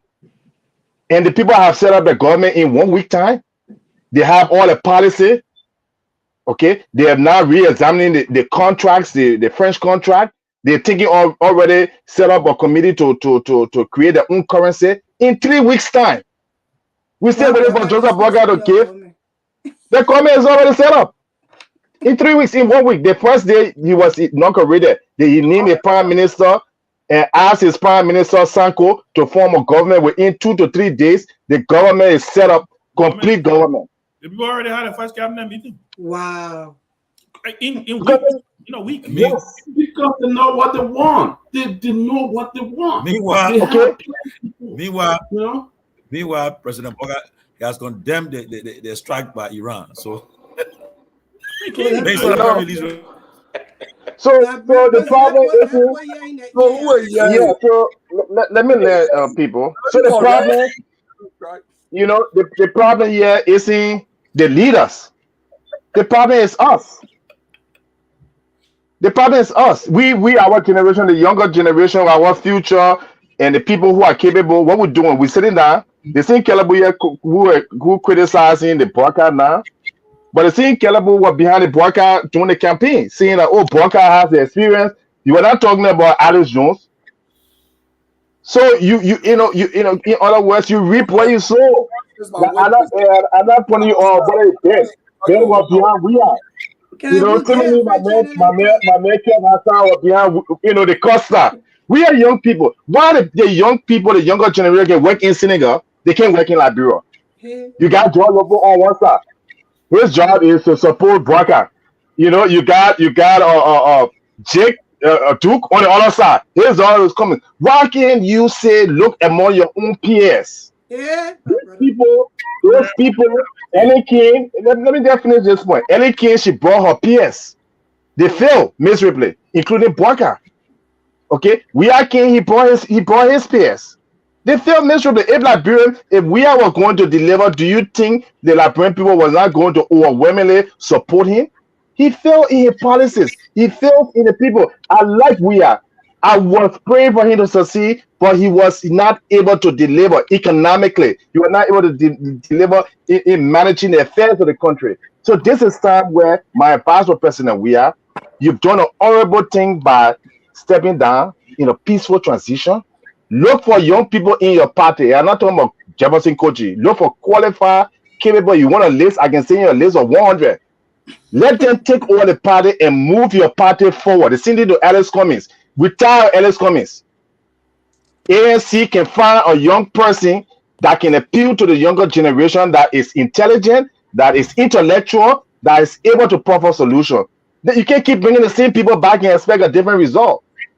That's my point here today, and I hope, as we go along. Other than that, nothing will change in Liberia. Okay, before Grace comes in, let me welcome the immediate former chairman of the CPP. The defunct CPP. During the Liberian Civil War, every time they sign one peace agreement, they can say the defunct MPFL, the defunct the man was very difficult. He became the defunct chairman in the last 12 hours of the CPP, but he's the chairman of the Liberty Party and 57 representative from Nima County, and chairman on national security. But why you get Honorable Musa Hassan, welcome. But Grace coming. But Tomalin, I will ask him. I will ask him. That Grace chairman now will come to the chairman. Thank God, Ben. Can you just give me a chance to talk, Ben? I beg you. Everybody talk and talk, so you'll give me a chance. Let me talk. All right. So and that's the reason why I go back to this fire. That's the reason why when I read the plans and vision and the execution and how it will happen of Dr. Moniba campaign, when I went to www.moniba2023.com and I read that thing, my eye was stretched because all the incentives that we get in America here, that the same incentives were going to be in Liberia. I had a main schedule. So Joseph Waka, I beg you, send your fire people to go read Dr. Moniba plan for Liberia. He got prevention and education, public education, prevention on measures, campaign, community outreach on fire. So you can teach the people the thing that happening to the people in the country with the fire thing is not necessary. It can be something can be done. But because you're not prepared and you're never put out the education for the people who are in your position, who don't even know what they're doing, that's what people suffering today now and happening to the Speaker of the House, which we are very sorry, but it happened because why? We went back to the simple thing. Because the people voted for you, they ran campaign for you, whether they know, you say, we are. The same thing we are, they putting people in position where you even know that the A from the both from Mama used to say. So I just that's the reason why. Go if you want land, I beg you. Y'all go to www.monipa2023.com. The main thing is stay there. Y'all go start reading and start getting yourself ready. The website still up. Country. The website still up. But Grace, but let me say this. But let me say this, Grace. If you look at all the Liberian political parties, the manifesto, everything, the whole stuff, almost all the same. They got the same ideas. That's not true. You see, Timothy, there's problem there. That's not true. No, you never looked at mine. You never looked at mine. You never look at Dr. Moniba. Okay, but you but Alex, it was last election. No, I was aspiring. No, but I was aspiring. I back out of the race in November. But I'm published. I was on the C2 FM. I had interview on all the stations, most of the stations in Liberia, including the the show on Truth FM, and I outlined my plan, and I had widespread support. I did not have any support from the establishment. You guys, you guys were more bent on the old, bringing back the old, but the young people in Liberia were jubilating up to this day. So please go. I will tell you my platform so you can read it as well, and then don't say that they are all the same. That one thing in my platform, I said that no government official will make over $3,000. I said that. I said we'll get cash funds to the elderly, those who are unemployed. I said we'll set up 30 corporations in Liberia for employment that Liberians can own stocks in, and that can boost the. I think Musa Bede talked about it on the last budget thing. But you have to focus on the economy, and I was the guy who was focusing on the economy, growing the budget, investing heavily in the private sector, opening runways around the country, and stopping government corruption, stopping people from making more than $20,000, $15,000. I said nobody, including the president, will make more than $3,000 under my administration. Okay. So let me before I go to the chairman, you just Google it. In fact, let me help you. I've written something. If you just Google my name, you see not only my policy. I will announce my run for the president. Can I learn? Okay. Can I please say you were now? Yeah, Graceland. So that is for that. So I just advising the program. Don't go to the website is still up and it's very impressive. Dr. Moniba website is very, very impressive. I went in politics. I read behind that thing.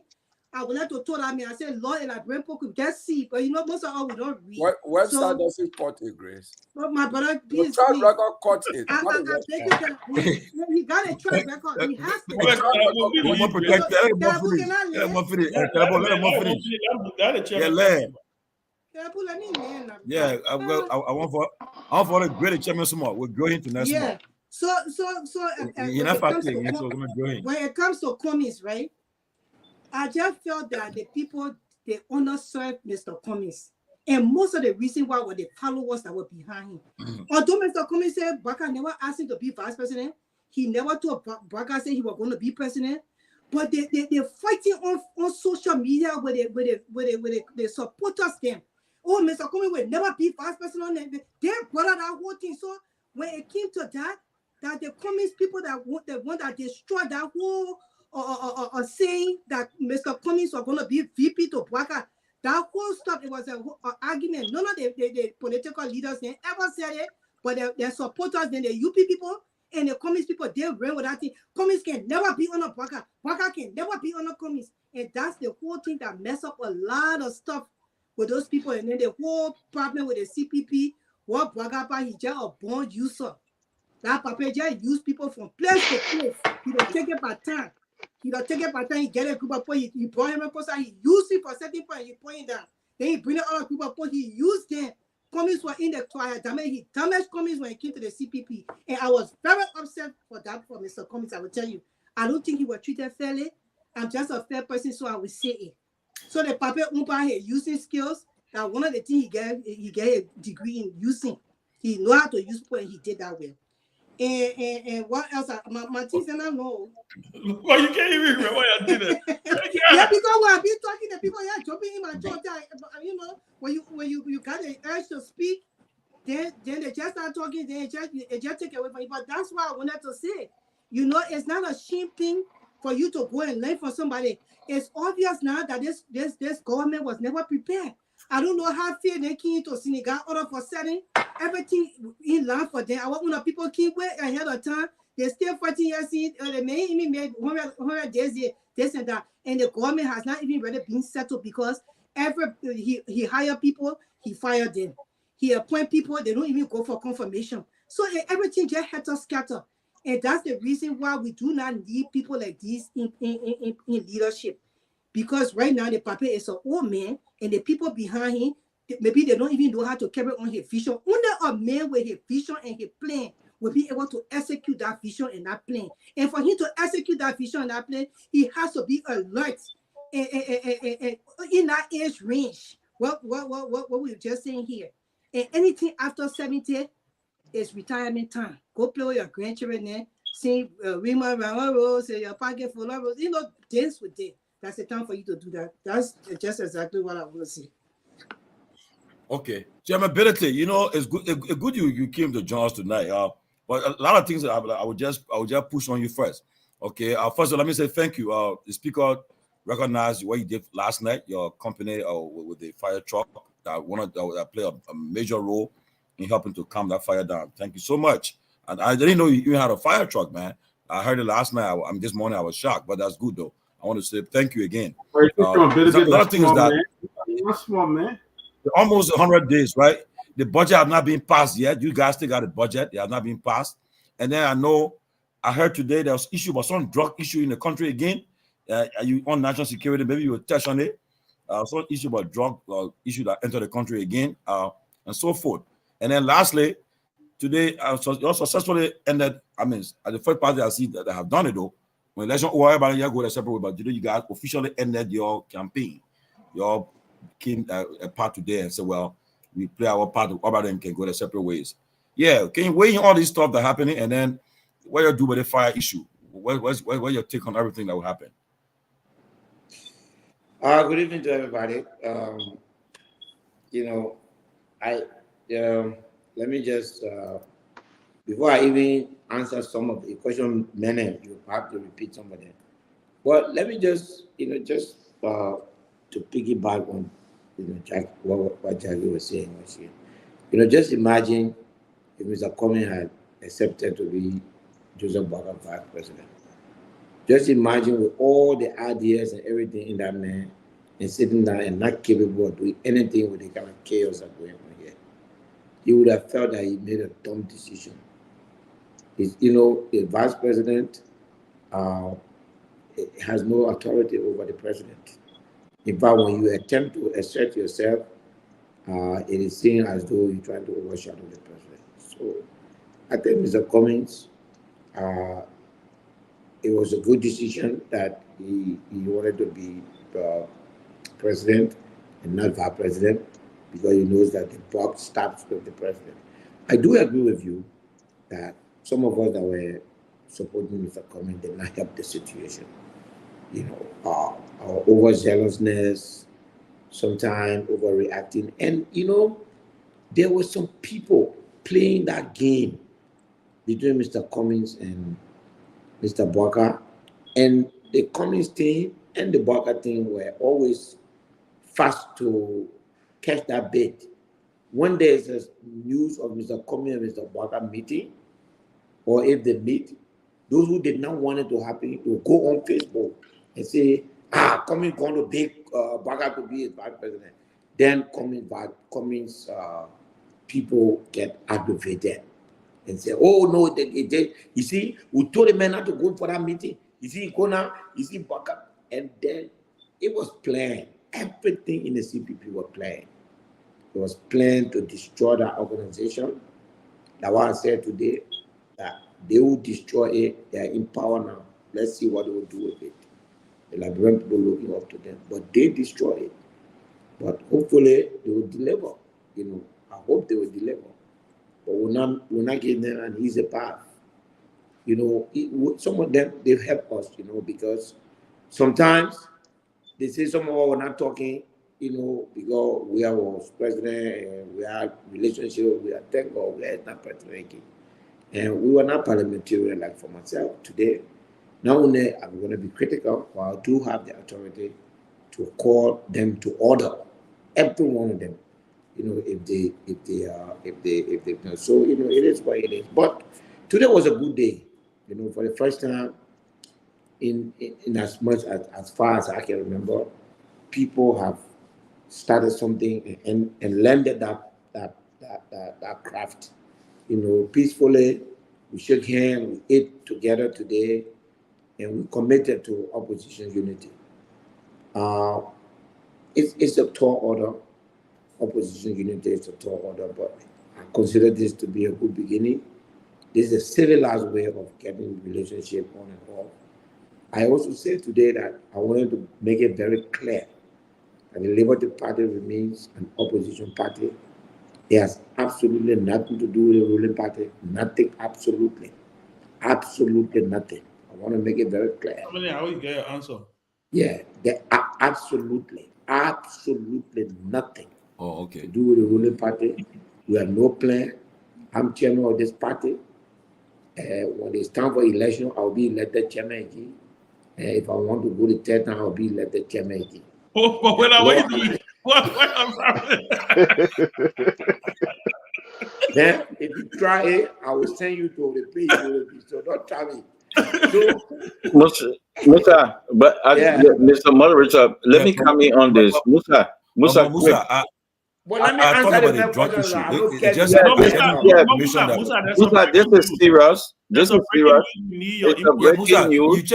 I saw you aware though. The director of the drug agency said he didn't know about the drug issue. I think he said his deputy was aware, but he didn't inform me. So what's going on, Musa? Well, Musa don't know. Let me explain. But let Keff explain it.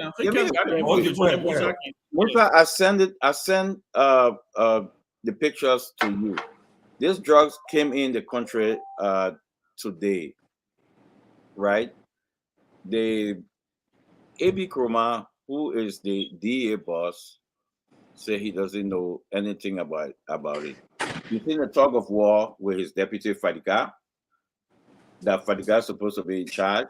The drug is on the loose right now, and there's a big fight. The drugs is in because Musa. The reason I'm bringing it, you went public with your personal and situation, and drugs are on the loose right now. in Liberia, nobody don't know. The DA boss say he don't know. He have issue with his deputy. He and his deputy they are not speaking, and trouble, fight. There's a tape that they were arguing that I'm trying to get. There's a lot of stuff going on. So right now, AB Kroman said he doesn't know where the drugs are in Liberia. So the drugs is on the loose around. So Musa, you're the chairman of national security. It's up to you. I sent you the picture. Yeah, I've seen it. Kev, the way I perceive government to be is that you have to try not to be seen as interfering. The news I just broke. Normally, the DA is not operating in isolation. There are agencies of government that can intervene, like the Ministry of Justice, uh, uh, the NSA, the Executive Marshal, Ministry of State, and the Presidency. So the news just broke today. I think for the legislature, our job is not to be operational. While the news is breaking, and there are agencies of government that have at this time the opportunity to intervene, we cannot intervene at this time. But we are following the news. We expect that the next step will be for the next agency, which is the Ministry of Justice, to go into this. It is when all of these are not happening, then we come in as the people's representative. You don't. I don't want to be. Yeah, I don't want to be in that space where I'm seeing as trying to do the Minister of Justice work or trying to. Correct. Yes. So we're following the story very. I do get national security briefing every day, and we have all of the information that we need to. But we're watching. I've made some calls. Again, Kev, sometimes it's not just to make yourself or make the public feel that you have the oversight, you have authority. Sometimes you just call the person who you think should be in action right now that there are issues at FDA. Instead of you being there, summoning people, we are not the executive branch of government. So our role, we have to calculate it properly so that when we finally act, normally we act with the individuals at whose doorsteps the buck stop. So at this point, we let it flow. It is worrying that drugs has entered the country. Well, hey, the fact that there's a piece of whatever it is in a bag wrapped doesn't also necessarily mean that it's drug. So I don't know what it is. My intelligence is that it is drug, but thank God the thing has been reported. Now, those things that have been reported cannot be hidden anymore. We've zoomed it. We've collected even the tag numbers, so it cannot be tampered with. We're doing our trace at this point. We're doing our trace on it. The drug center in Accra, we're also checking up with them. We're trying to find out where this cargo came from, who it came with, whether it was what they call cargo that was left behind, because some of these things are done deliberately that way, and then it's called delay cargo. Whatever it is, I want to leave it as it is, and but I assure you that we will keep our ears on the ground to make sure that whatever it is, we find out it is what it is. Yeah. So, moderator, continue. I think the chairman seemed like he had the intelligence on it, and so I think he's in the know of it, but he was pretty tight-lipped until we'll bring it back. No, I think the the chairman chairman is right though. The chairman, got a complete intelligent. the chairman. There are three branches of government. The chairman is on Yeah, he's right. the legislative He's right. side, the executive. Chairman is right. So, if I have a you question fear for the we say that chairman. he's so. Okay, go ahead. I have a question for the chairman. Musa Yeah, go ahead. Bilede, Chairman Bilede. Yeah. Chairman Bilede. Yes, I sir. see you as one of those new representatives that is very outspoken. I listen to you on Spoon Network concerning the budget and so forth, which I think is very good. We don't have lawmakers that engage the public as much, so it's a good thing. I must commend you for.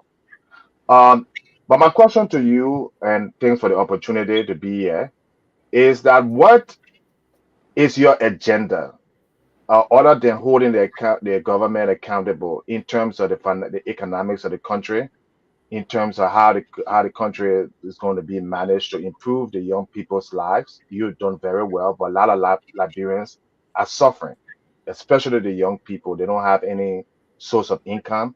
They don't have any means, any hope. What are some of the things that you, as a representative, are planning on your agenda in order to change that situation in your capacity?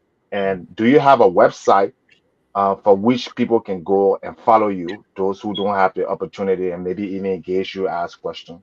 Thank you. Yes, actually, I don't have one website. I have two.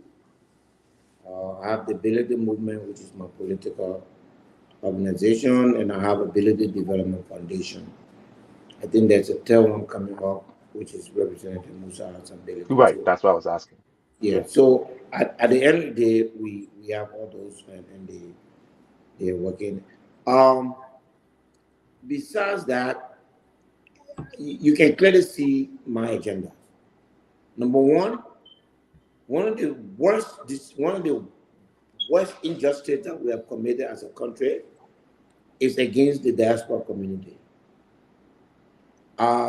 These people, without them, without the diaspora community, there's no country, there's no Liberia. Their cash movement, the burden they take from government, almost 50% of the family in Liberia is supported by people from the US with a $50 to $100 per family, $25, $100. These are Liberians. About 50% of them left Liberia either for war or for lack of opportunities. They've gone out there, they've earned quality education, opportunity to commute between America and Liberia, and therefore create a middle class by doing businesses and doing things that will remove focus from government and a little bit attention towards the private sector. And yet we pass laws that discriminate against these people. Somebody got noise in their background. You're not mute. Maybe not. Somebody to mute. Is that Caribou? Yeah, maybe not. Yeah, that you, Caribou. You're not funny again. I'm muted. Okay, thank you, sir. So at the end of the day, we, instead of celebrating them, instead of saying, look, take America for example. It takes almost everything to be an American citizen. We should be celebrating our brothers and sisters that have gone out there and become Americans. Here, we use it to discriminate against them. We say they cannot use their expertise to be officials of government, to be representatives, to be president, vice president. The first thing that I did, that we need to close that gap. So I moved within the first 1 month, I submitted a bill that will remove every restriction on diaspora Liberians. Give them the right to do everything as we are doing here. I am very hopeful that tomorrow or Tuesday, the House of Representatives will pass on that bill. and then it will be forwarded to the Senate. This would be a major milestone for what we want to do to bring Liberians from all walks of life together. If your son, can you imagine your son, your brother, your sister goes out there? The thing every one of them here praying for, go there and not only educate themselves, but become citizens of those country, a vast country. And then you use your laws, not even the Constitution, your laws, to block them from participating. But you happy to take their money, you happy to take their contribution. You guys from across the world contribute more than 25% of the cash flow in this country every year. Without the Western Union, the money grants, some banks will not even operate. Guess what? They will not have money to move from America here. What you give stays over there, and they give what they got here, and that keeps our economy turning. So the cost of moving money physically from America is almost eliminated because of the action of the diaspora community.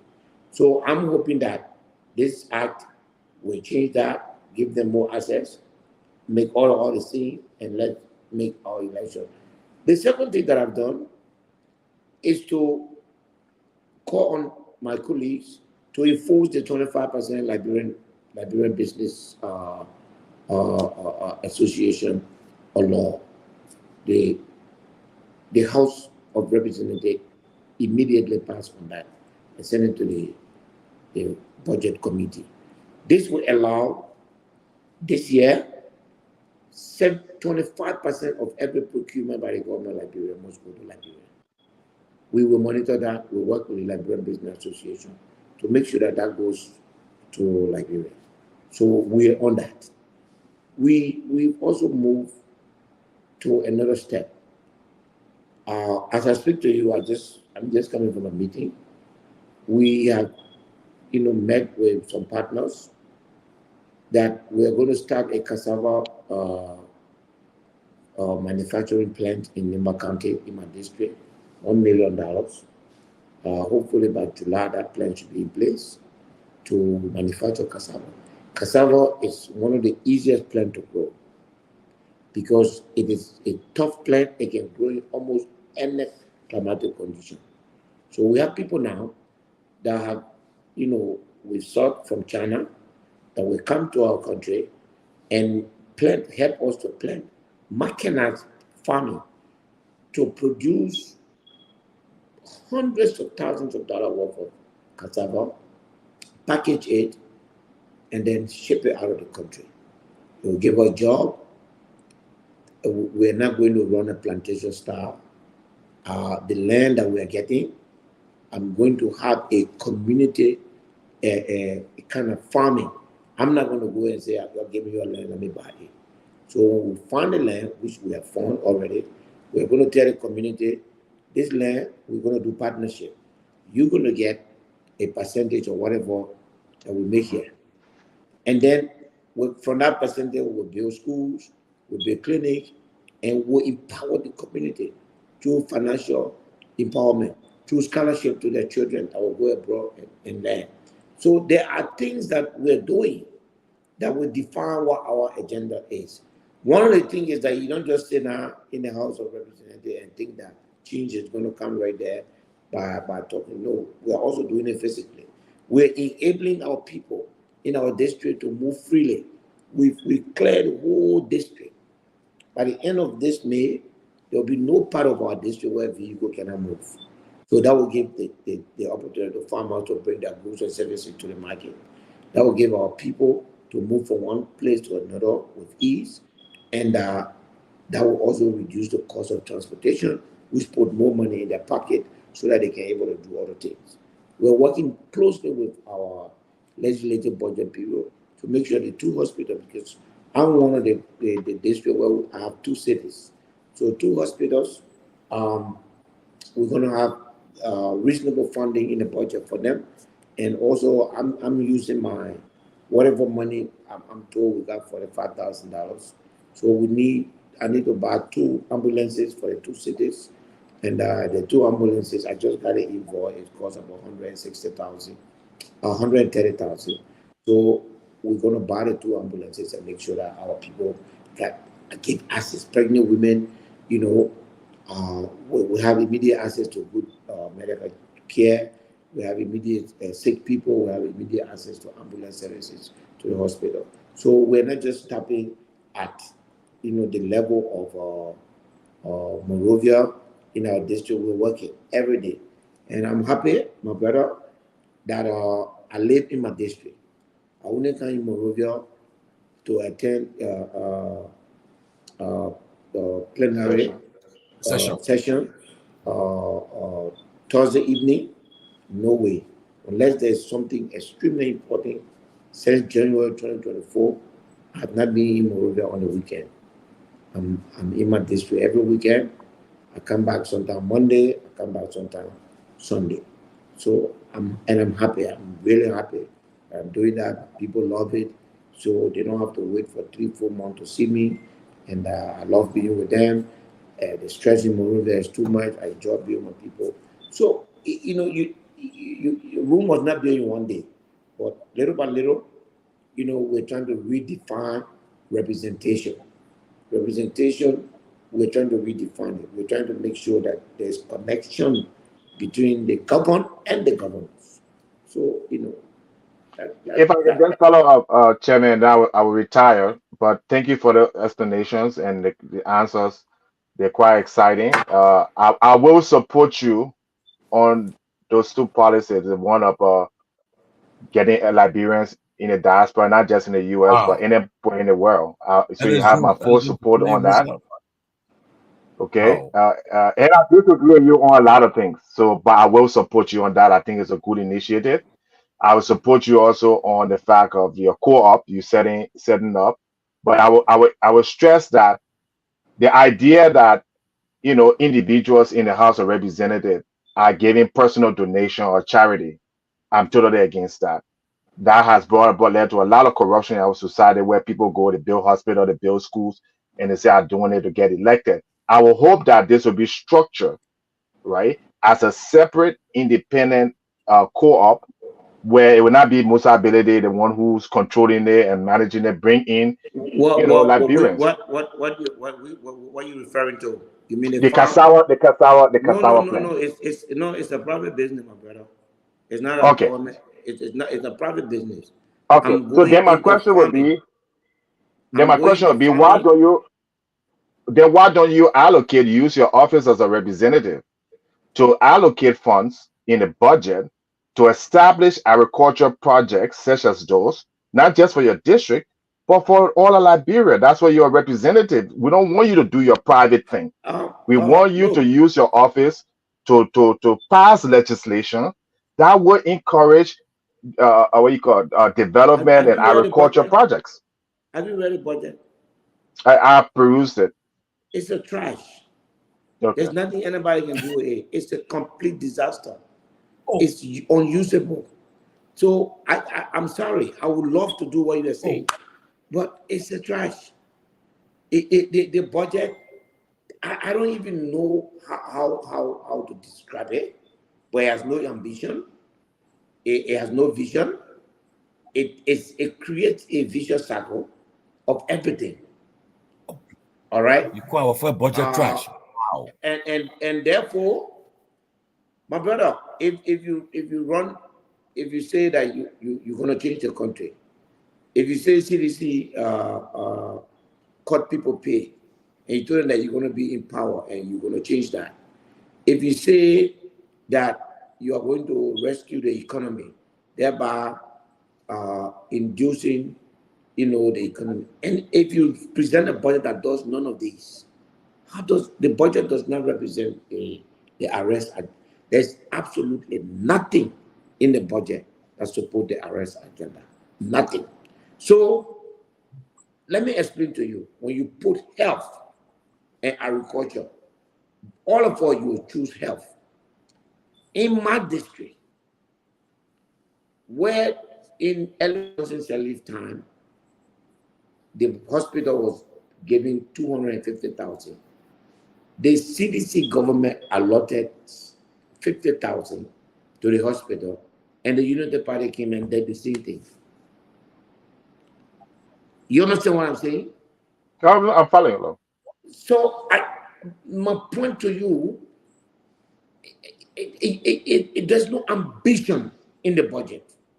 So where do I get money from? The budget. Right now, the budget has a deficit of 25 million. Because while the budget was being prepared and while the Ministry of Finance projected certain things, the president issued, I think what this thing, executive order that took away 25 million out from the budget. They're scrambling right now how to fill that gap. So again, this government had an agenda for agriculture. You should be asking Joseph Barker and his people, where is your agricultural agenda? Because remember, if I want, this is a $1 million United States dollar, just the machinery is $1 million. The farm itself is another maybe 1.5 and 2 million. So you're talking about initial investment of 3 million. If you are asking me to make any suggestion to do any agricultural project in my district, you're saying that 72 other people will be entitled to that same thing. Where? In what budget? So what I'm doing is to look for private entrepreneurs and bring to my community and tell them, say, look, do business with these people. They're not going to buy your land. They're not going to own your land. You and them will do partnership.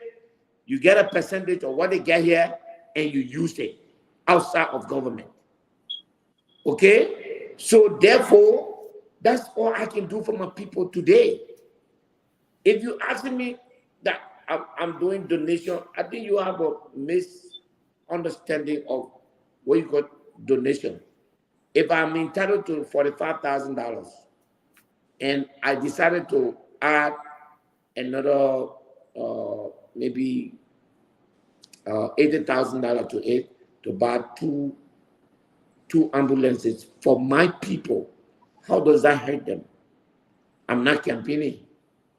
I've ran a campaign. I won the election. Campaign is at least 5 years away. But I made promises to them. I told them that when they make me representative, their life will not be the same. The government that we all depended on, because they voted for that government, to say the same thing that I said, that we work together to change their life, that very government has decided to do otherwise. I cannot follow that government. I cannot defer the people vision and the change of their life. Like the government has done, they've deferred the improvement of the people's life with no explanation. Nothing to say. Nothing to say. They lied. That's what I'm saying. Yeah, but Musa, I disagree with you on the point of your You have leadership. the right to disagree with me. No, I mean, just give me a second. Just give me a second here because he said something that I did not say, right? Just give me, yeah, but he referring to what I said, and I just wanted to clarify. You can ask a question, I will sit back. Musa, let me just finish you. Okay. Musa, and nobody said that people who are privileged like yourself or even me should not help, should not be charitable. People should do that. What I'm saying here, you represent a party. You campaign for several people over the years, including Yomble, Kanga Lawrence, Darius DeLong. You funded them, you did all these things. They are in government.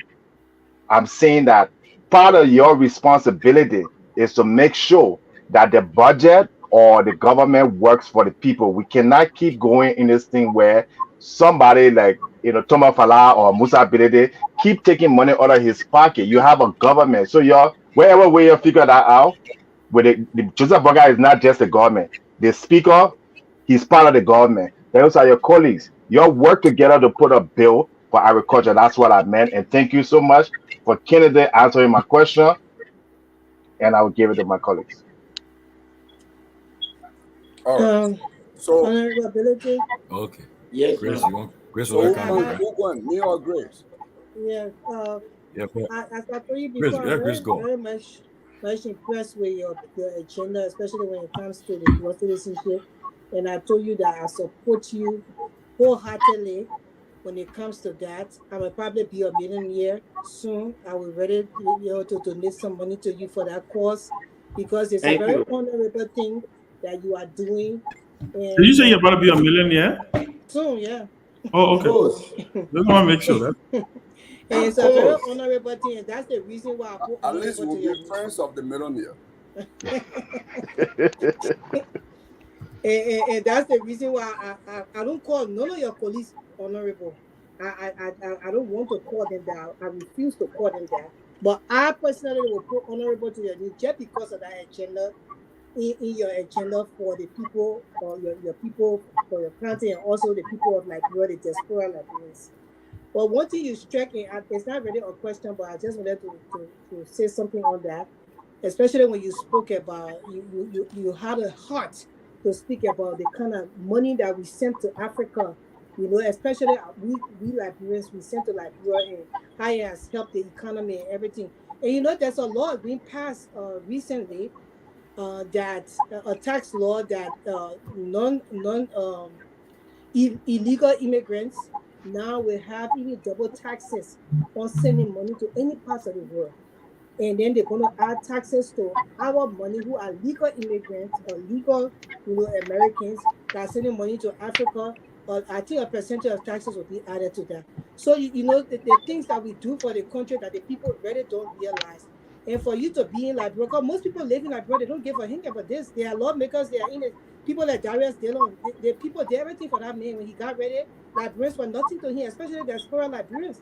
He fought against dual citizenship. He did not want us to have that because he felt inferior that we came to this country and we prepare ourselves. He don't want the competition. He don't want the competition with our children. So he said we shouldn't have rights in the country to take certain positions.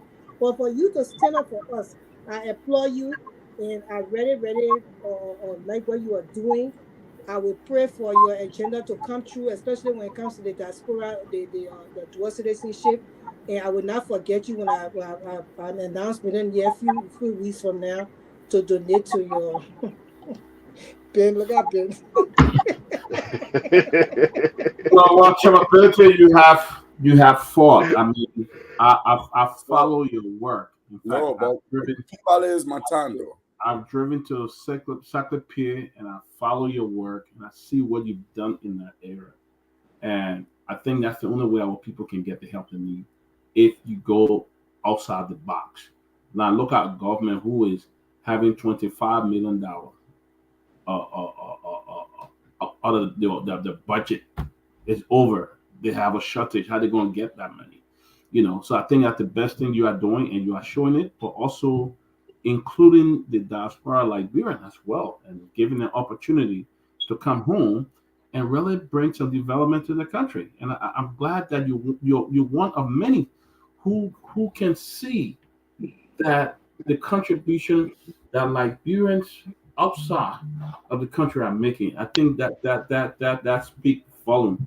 And I just want to encourage you that anything we can do on this side, even in small ways, to help your people in that village, whether it's medical supply or a different thing that we can do, we can come in that area. And I appreciate all you do, Chairman. Thank you. I'll be coming out there in May as soon as we close. I'll be out there, promoting the bill from the Senate side. I think we have a lot of goodwill from the Senate. And then we want to pass this so that, before July, our people can have freedom. And Grace, thank you. You're a critical voice. So to have someone like you to acknowledge the positive thing that people do, it inspires me. I want to tell you thank you. We need to do more, much more. I mean, but together. And like you said, you can be a millionaire. Grace, I'm sitting down on Fifth Street right now. I'm looking at the water. Across that water is America. I mean, literally, right across the water. From here to the United States of America is 9 hours. You land somewhere in either Washington, D.C. or New York. We don't have a plane or ship that plant that road. This is the closest country to America in Liberia. We have over maybe 100,000 or 300,000 Liberians in America. This law is destroying Liberia's opportunity to modernize. Liberians could be in America over there, taking everything that America had and transferring it to Liberia and doing their business from there. Liberia could be modernizing our school systems because a lot of educators are over there. Liberia could be modernizing our transportation system, our everything, our educational system, our agricultural system. We could be repeating after America in everything that we're doing. Instead, we made law to prevent you and you from coming to this country and going stay in line somewhere in Minnesota or Washington to say you're getting visa to come to there. It's shameful. But I'm happy that we crossed that now, and I'm happy that we have the necessary support in the Senate. Tomorrow, the House is going to vote on it. We expect to be positive. We expect the bill to pass in its totality, and we expect that the House will concur and it will go to the president and he will sign. And Liberia, and the code name for that bill is once a Liberian, always a Liberian. Those who made that law forgot to know that the Constitution said your citizenship is your inalienable right. I'm not a student of law, but when they use the word inalienable, it means that inseparable. It means that your right as a natural born citizen of the country, there's nothing that can separate you from that. But I'm thankful that we're here and we're going to move. We're going to move this country one by one. Today I welcome the chairman of CDC. I say welcome to opposition life again, and we all laugh about it. So we're moving. We've learned the lesson the hard way. I know sometimes you guys are saying young people. One of the things that we have not done and we need to do is to study our people. We don't study our people. We just refuse to study them. So election comes, we impose on them what we think. And then when they go to the ballot, they do exactly what they want to do. And then we are shocked at the result. We need to begin to study them, what they want. That's what I did. The people need for you to believe that you are like them. You are like them in so many ways. There are places I slept that people ask me not to go there. There are places I went, people say I should not go there. I said, if I don't go there, how can these people feel that I feel them? How can these people feel them? So, we're gonna change Liberia. We should not give up on Liberia. And thank you, for all that you do. I know we had a big argument the other day on the war club, but thank God the war club is going to where it's supposed to be. And you sign. Yeah, I did. And and history will remember you. History will remember you. I was signing that only Grace I was thinking That Grace you were thinking about it. But she didn't call me. She should have called me to say thank you, Chairman, because that day was whole thing was tough. I mean, she was furious. I said, hey, God. But we just wanted to make sure the Senate did well with it, because all we wanted, Grace, is those things that we didn't touch in the House. Because if you don't touch it, somebody will pick it up. And we met, the NIMA caucus, we discussed it, we look at it. We look at the pros and the cons. We look at what we're going to lose in the Bayans that die, in the Lutheran Church, in the, how you call it, the Duporo Massacre, in the Katakam, in the different places. We look at Doki, we look at Jackson Doe, we look at the so many, we look at the fact that nobody lost people equal to Nima Kante. So it was in our interest, and we moved forward, and we did it together, collectively. All of us stood behind one another, we signed it. And we are happy that our senator also signed it. So Nima Kante plays his part, and we moved. So the ball is the ball is where it should have been in the first place. On the bucket decks. There where it should have been. You know, all these things we do here are just semantic. He has the power to establish the war crime code because Liberia is a party to the International Court of Justice. It doesn't need all, but thank God, if we are an excuse, that excuse is gone. So we are where we are. Why? So it look like Liberty Party ready. Ben, Liberty Party will be a next ruling party. Eh? Well, see the chairman moving. We are going to. So Chairman Belter, Honorable Liberty Party is coming. Hey, Chairman Belter.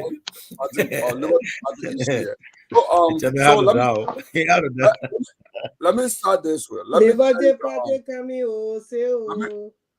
thank the chairman and the honorable for coming. We have been talking on the phone. We haven't seen each other on the video link like this. So I'm quite happy that we can have a video link conversation this evening. And let me also mention that I'm happy that you did sign the War on Economic Crimes bill. If you notice, in the past 2 or 3 weeks, I have not called you because I saw you went on the tirade of campaign against the War on Economic Crimes Code. And I told Tom, I said, I think the chairman is not listening to us. So, I mean, I was really disappointed when you started to campaign against it, but I'm happy you signed. For you to publicly say that you signed, I'm happy. Careful, I will not let you end that statement. Yeah. I would not. History will not judge you fine. Why? There is no instance where I campaign against the war crime code. Never. You are pointing out all the pitfalls. No. I didn't. No, what was not done? The record is there. I said you cannot bring a document to me 3 o'clock on Monday and say I should sign it on Tuesday. I was not going to do that. That I agree with you. Yeah, but when you appear on Spoon, you said a lot. I follow you. Yes, but everything I said was addressed by the Senate. Again, go back and read it. I did not. I said there were laws on book that would have thrown a dagger into the war crime code if we just proceed without mentioning those laws.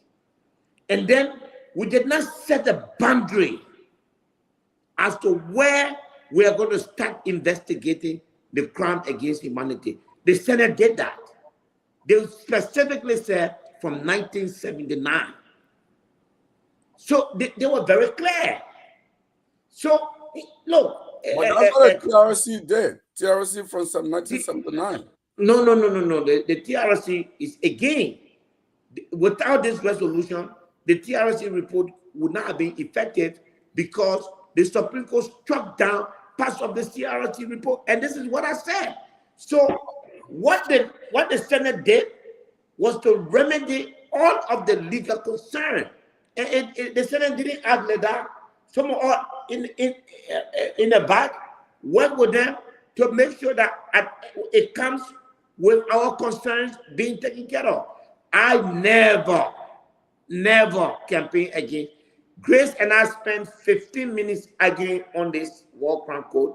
As far as she was concerned, she wanted me to sign it unconditionally. And I said, what I wanted to deal with, if that is there, I will sign. When it was there, I signed.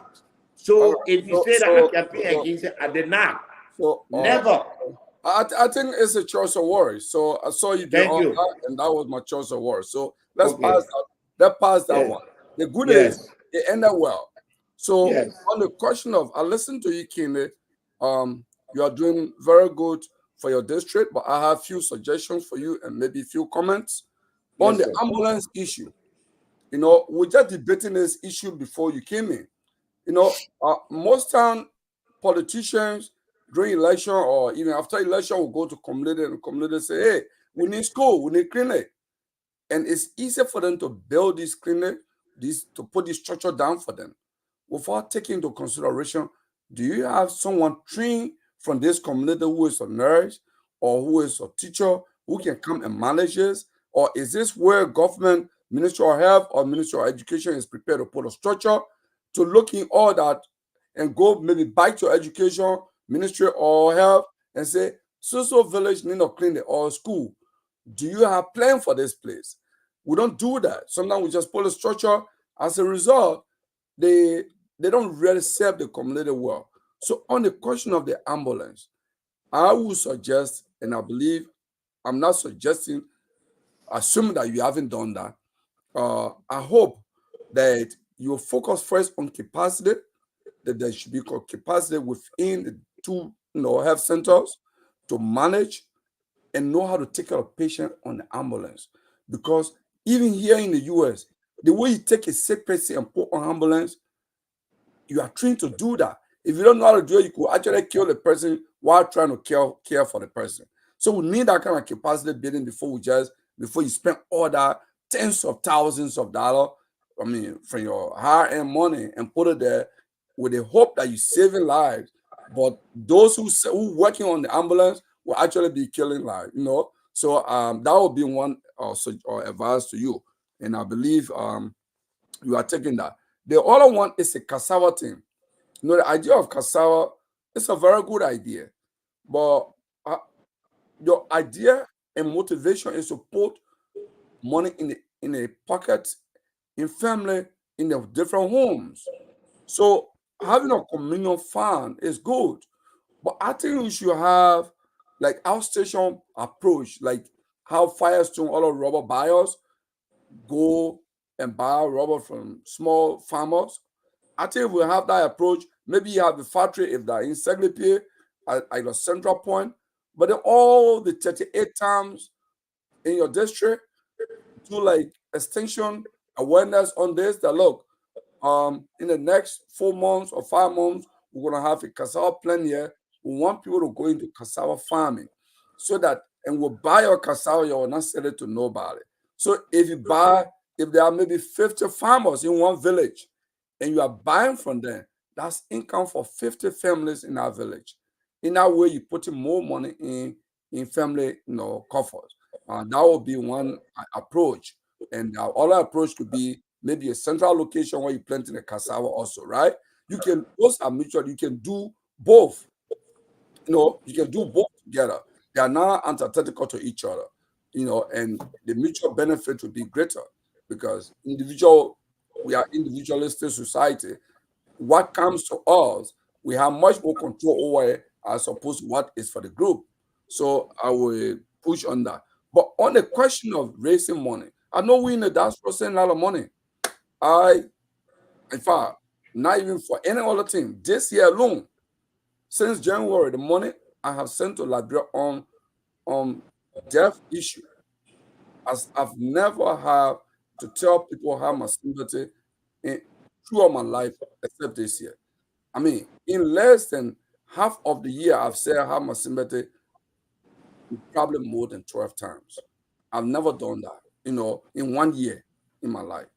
I don't know what's going on in that country, but you guys are the leader. So I would say, honorability, I will make this suggestion to you. You are a national leader. You are not just a leader for District 7.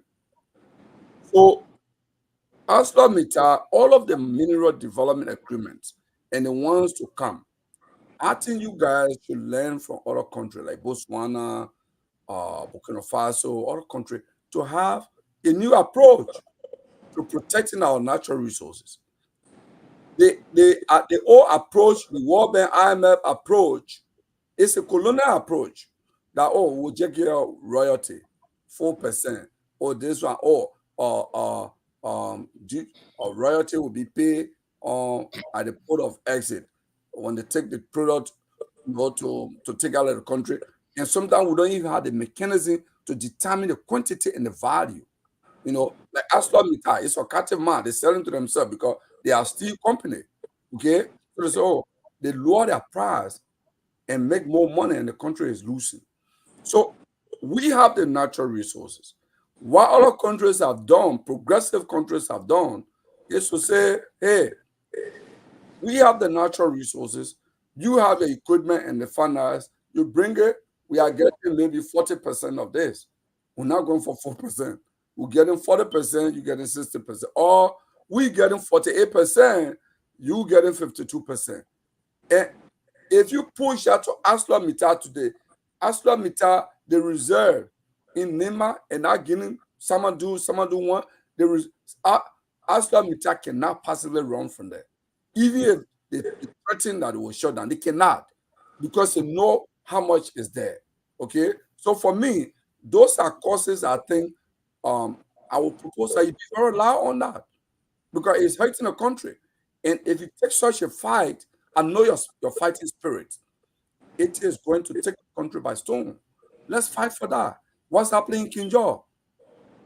We have different stories. I've spoken to experienced geologists and mine engineers.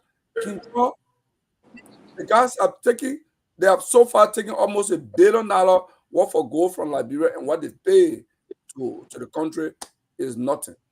Okay? We can reverse that. We can reverse that. You know. Okay. So that would be my. Thank you, Karabo. Honorable Musa, let me end on this. So I'm making a proposal that on the cassava, you say District 7 Cassava Initiative this year, you know, and that'd be the broader title for that, District 7 Cassava Initiative, you know. And thank you, Carol. First, let me tell you thank you. You always, reach out to me with nothing but positive suggestions, and I thank you for that. Even during the middle of the election, you give me a lot of, advice. You give me a lot of indicator. You did a lot of free, studies, research, and advised me on the trends in the district. I want to tell you thank you. On the cassava thing, what you say is exactly what we're going to do.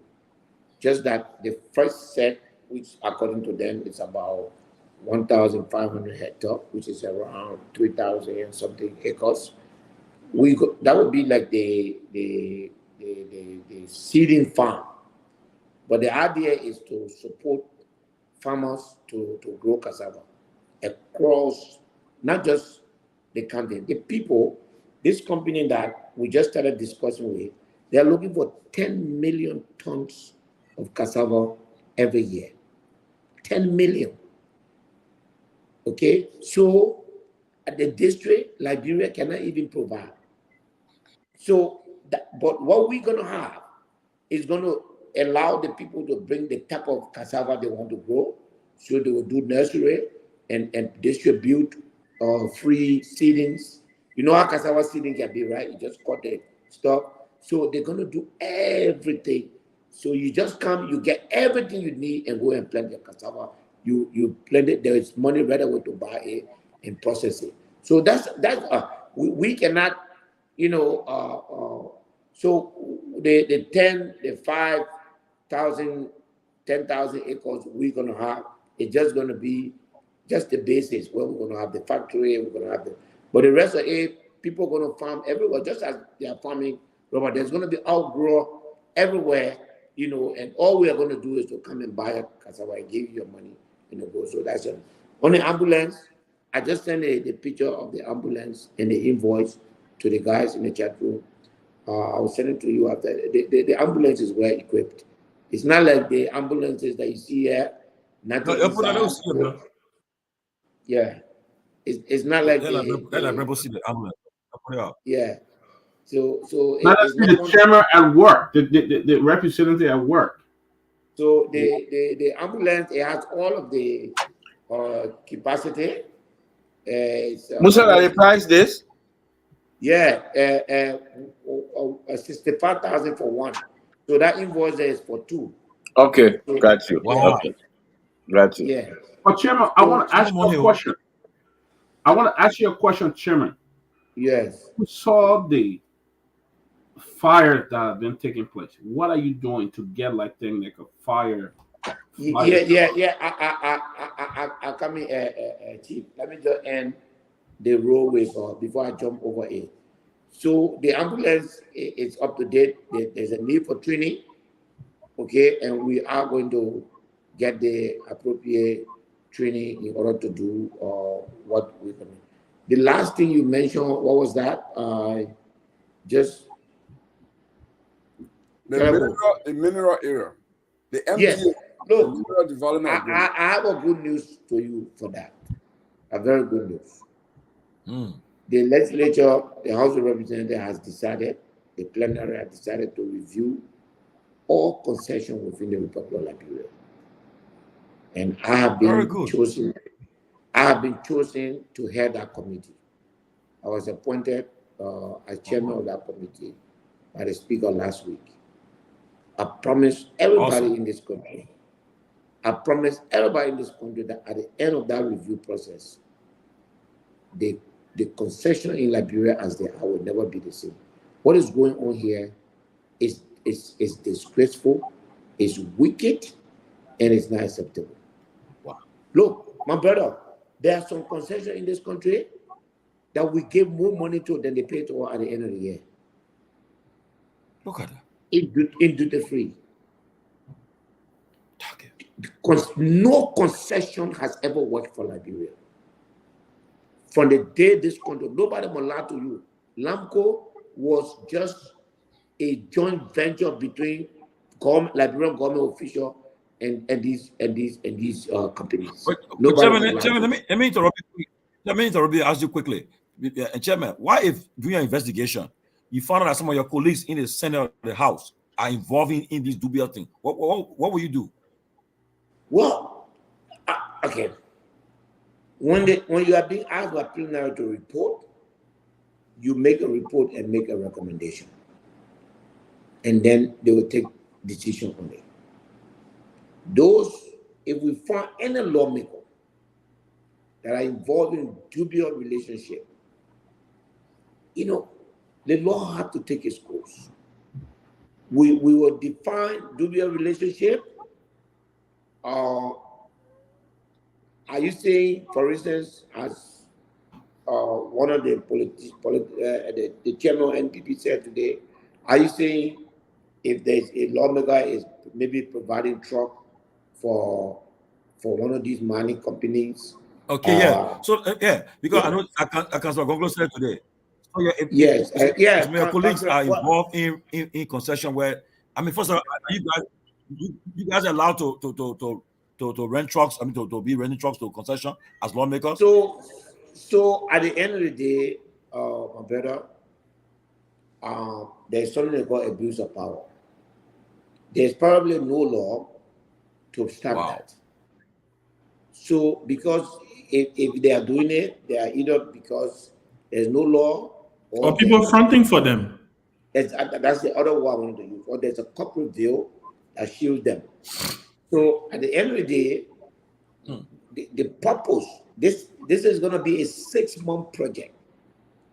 Then there are companies in Liberia that are holding Liberia forests and getting carbon credit for it, with zero coming to the Republic of Liberia. Look at that. Wow. I mean, we're a joke. Complete joke. There is not one concession in the Republic of Liberia that is not destroying this country and has no value. None of them. Wow. But then there are 2 layers. One is just by holding them to the bar agreements, they have defaulted. We have to remedy that first. And then we have to make sure that we have a mineral or a natural resource law that sets the standard. We have to have a stakeholder conference. Clearly,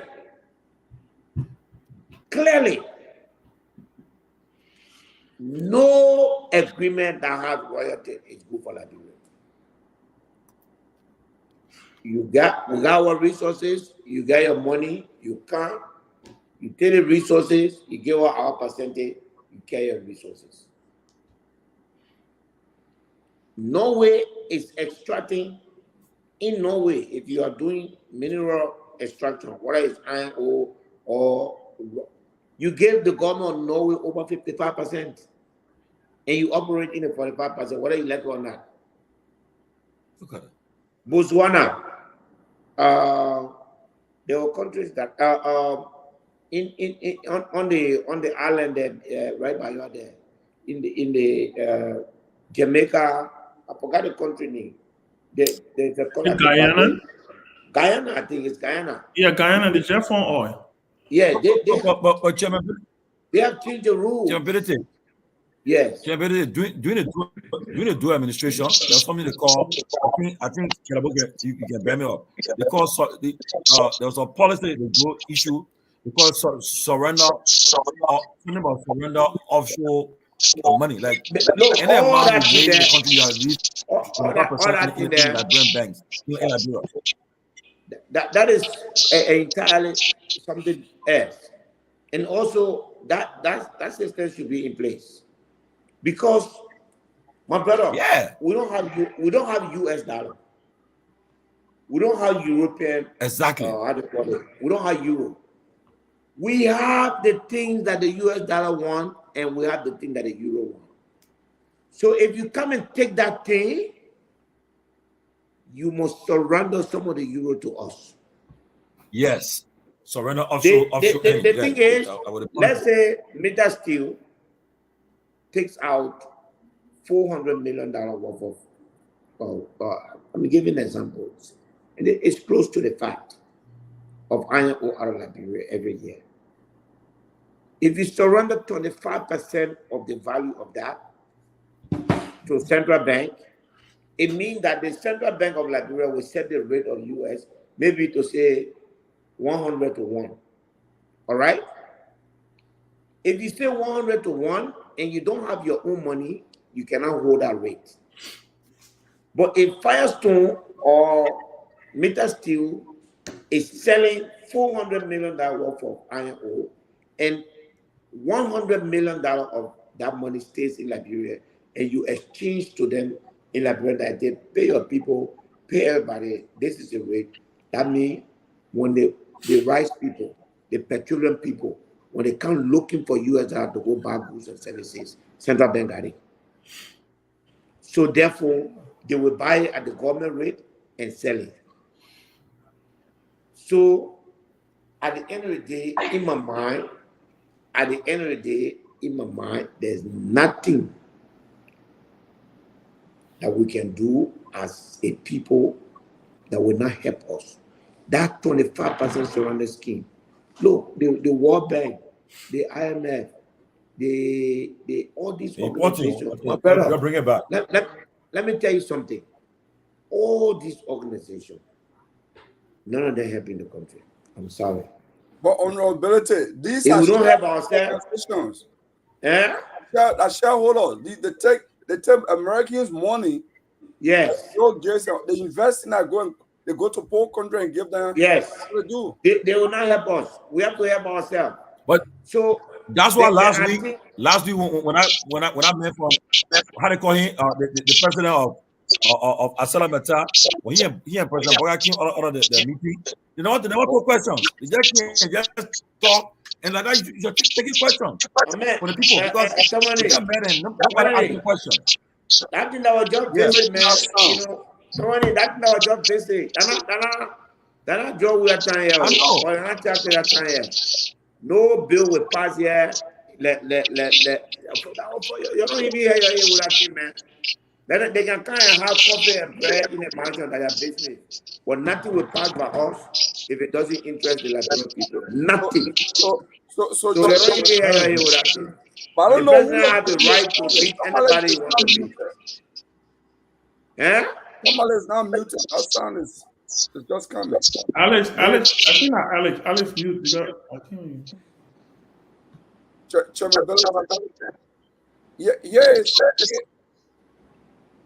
here is the other dimension.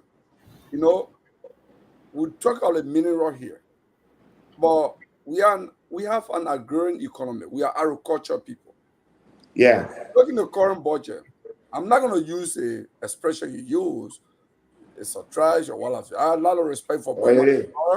I have a lot of respect. They didn't do a good. They didn't do, my brother. They didn't even consult anybody. The whole government, they didn't consult nobody. Can I put it in a trash? What do you mean? Are you spreading it? So make trash. You can call it trash. Use the honorable. I'm not going to use the honorable word. Okay, but here is what was also surprising. The amount allocated for agriculture was, I think, 0.8% was so small, you know. But I'm sorry, Caleb, it was not allocated for agriculture. It was allocated to run the Ministry of Agriculture and pay the people there. Yeah. It was not allocated. You don't call that allocated for agriculture. I'm sorry. My brother, if you get education and 80% of the Ministry of Education budget is to pay that investment in education there. That's not investment. So look, there's no other way to call that budget. There's no other way. And that's why we will use the authority that we have to change this country. So let them go on with their 2024 budget. We're going to redefine the mineral development agenda in this country. When Dr. Jala said he can raise 1 billion, I agree with him. When Dr. Jala said he can raise 1 billion, he can do it. We can raise $400 million from our MDA. Today, we're not raising $100 million. Yeah. We're not raising $100 million. I'm telling you, the highest amount of money we're getting from one of the companies is 24 or 25 million. End of story. Wow. So at the end of the day, at the end of the day, Chairman, God has brought us here. We're out of time. So when you come back here, you gotta come back this week. We're out of time. Anytime, so come back. Anytime. Today, I actually because I just want to bring a lot. You bring a lot. Yeah, but Chairman, that during the week, come out the week. Let's talk because we need to talk more about. Tomorrow, Wednesday, anytime. You know, I'm here to educate the people, and yes, we're here to do what we have to do. And gentlemen, people are texting me. They said people are texting me that we should bring you back. So, but we go out of time. I would just say, Chairman, you gotta come this week. People are texting me. See what's happening? You get it? People are following you. So people want you to continue, but I say we're out of time. So that's why. So, but Chairman, we're always good to have you. And just because of our time, just tell us your parting, but then we'll bring you back. Either the guys and I will discuss. Maybe, yeah, Wednesday. No, I will confirm with the former LCC board. He's supposed to be coming. Consider James Yimpan Radio. So we'll confirm it. But the chairman is very important. The chairman come by the week. Chairman, so either if we'll do a show on Thursday, we'll do it just because of the importance of the discussion. I'm ready, gentlemen. But look, I want you to know that this your show. You gotta keep it up. Liberia needs it.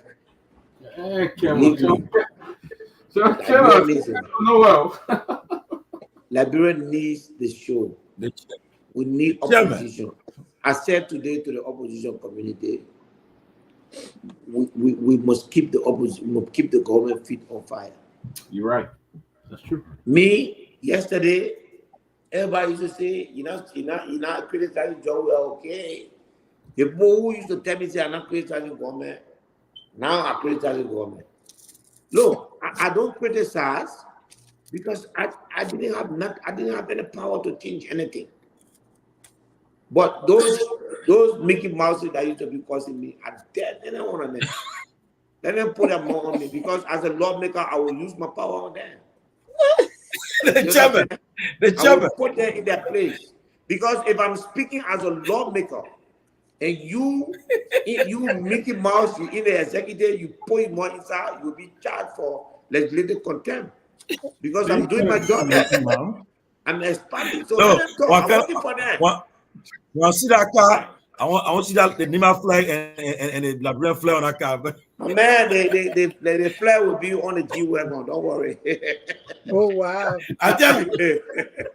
That's and the G-Wagon on your asset, the G and the 3. He said we'll be in the country. The G-Wagon coming on the weekend, man, Ben. Oh, before, but Ben, before the chairman leave, all the people that used to accuse him to all kind of crap, so he's made an asset and made public. Nobody had raised an issue. All of them just went quiet. But Ben, they got sense. I didn't tell them I got money. I showed them the money and then I showed them where I get the money from. You know, I hear someone else say today, "Oh, Musa Belede got fire service company." I don't look at these ignoramus.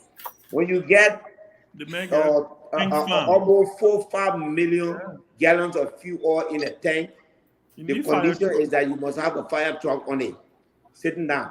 We pay $490,000. I saw the tanker. I saw the tank. Yeah, we pay $490,000 for that tanker. And when my speaker calls me in distress and say, "I've called it," I've called the fire service. It's 1 hour. They have not come. I dispatched my team there. And today I was proud when the speaker told me that when our truck arrived there, the way they was spraying the water, you knew that I was something different. You know, I was very happy. You know, all right. Let can't tell me now where I get the money from. You know, some of the people that who supporting that, they get a BB building there and the property that they cannot even show what they get. My own money, I get it, and the play I get it for a year. They can't talk nothing bad. They can't say anything. I will say thank you, Musa. You know, one of the things I'm excited and I'm happy about is how fascinating you and the speaker are working together. I see the two of you. I mean, it's like you're two peas in the pod, and there's a lot of confidence there. And it's Ben, I need to talk to you right now about Liberty Party. I saw you dropped the phone. You got to call me now. All right, Mr. Chairman, I got you. You know, we got to take our position. We got to take our position now as a formal opposition party in the country. Of course. Call me right now. Of course, Mr. Chairman. You know me. I ready to oppose UP. So I had a very good relationship. I had a good discussion with our man. You know, so I can't tell you now. Very good. Yeah,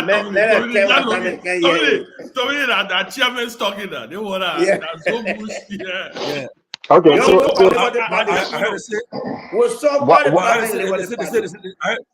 heard that Dylan and all you're having meeting. You're coming together. That's good. You just want us to talk. Don't mind. My brother, yeah, the party will be united, and the law will be the law. Finish. And we'll build a party that will give Liberia. All the words will be and Liberty Party will remain strong and will be in the opposition, and Liberty Party will be the next party to run this country. Wow. Yes. Wow. Okay, well, some of us disagree. Some of us think the Liberty Party is a disaster. It doesn't necessarily mean that we will produce. Look, anybody that will be president, you're talking about collaboration.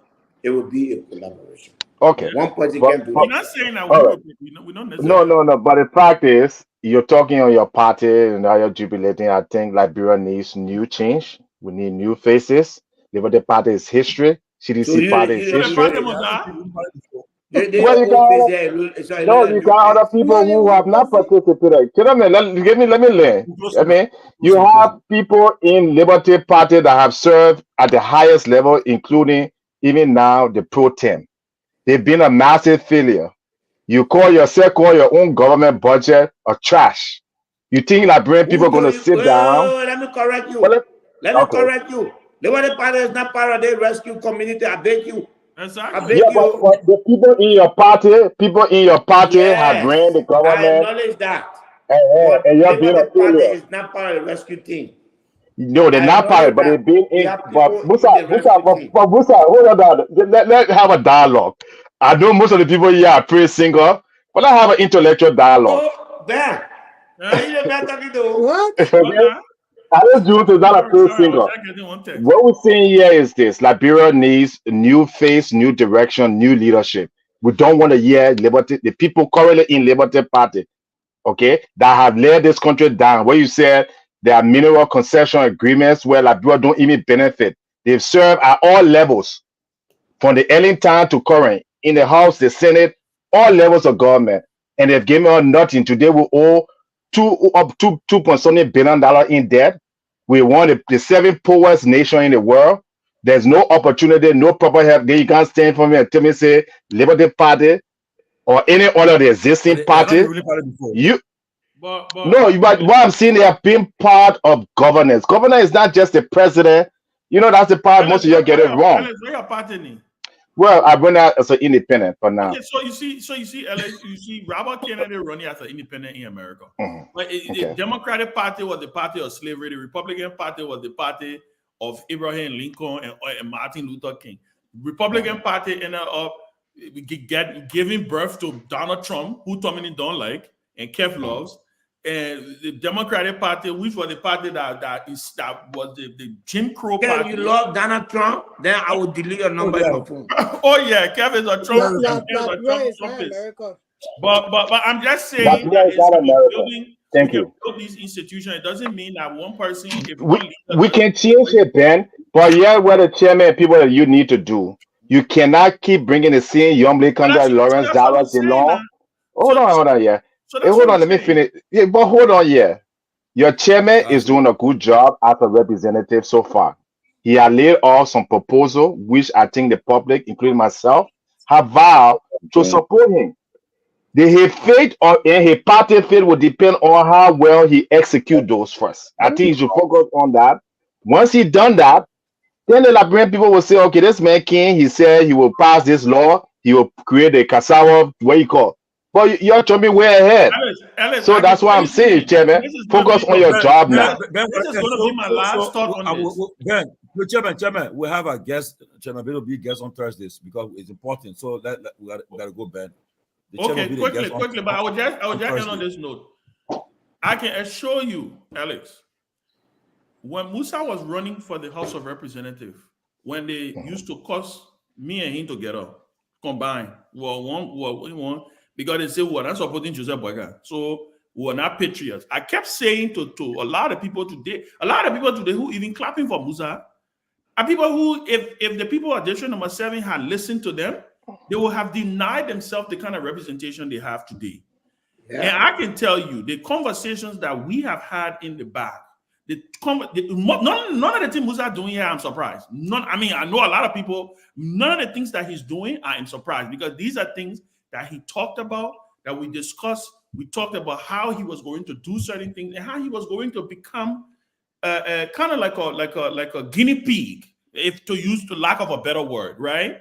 To go in there and to kind of be constructively on a disruptive side, to do some of the things that he's doing. And I'm glad that the speaker appointed you on the head of that committee because you have a lot of experience in dealing with a lot of these concessionaires and you know exactly where to look for.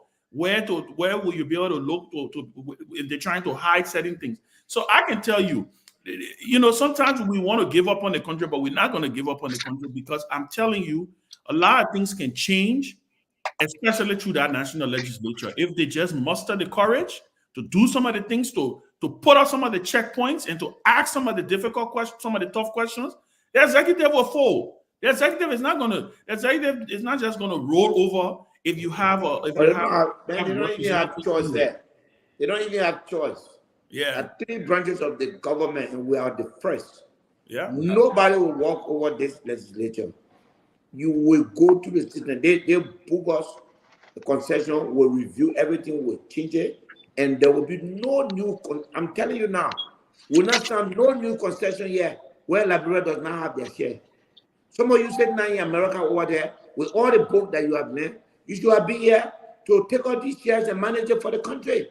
And then we all will be rich as shareholders and our people will benefit. And we were just sitting there literally begging people. And the so-called international community, they sit down and they talk about austerity measure. They are, can you imagine there's certain standard we cannot raise the people's salary? That means they are forcing us to keep our people at certain standard.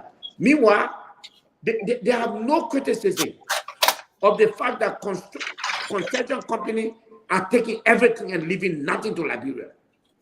They're quick to point out corruption of government officials, which is a good thing.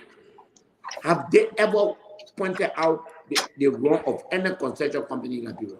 Mr. Chairman, we will have you in their definition, in the World Bank and the IMF definition, and all their report in this country, have they ever created that? That means the World Bank and the IMF, they say every construction in Liberia is good because they said nothing about it. Honorability. Yeah, we gotta go. We gotta go back. We gotta go. You'll be the guest on Thursday. You'll be on Thursday. You'll be our guest on Thursday. On Thursday, we'll have you as guests because we'll have you as guest on Thursday. Ben, coming now. You need to come in now. It's urgent. Okay, I'll call you after the show. They want the party. You should get up that net. Come right now. Okay, I'll call you. Yeah. No fine. Guys, you know, guys, thank you, man. All right. But I'm sorry, but guys, we have to go quickly. You know, the studios guy calling us, so we gotta go. All right, so let's go. Let's go. So, but we'll be back on Wednesday. We should have the former LACC boss, Chairman James Verdier, to be our guest. We'll talk about the war crime school, talk about a lot of stuff we'll talk about. And so let's see what happens. But guys, it's been a pleasure for tonight. Ellis Jones, I mean, tonight you are, I mean, everybody comfortable. You come Wednesday, go to the street. The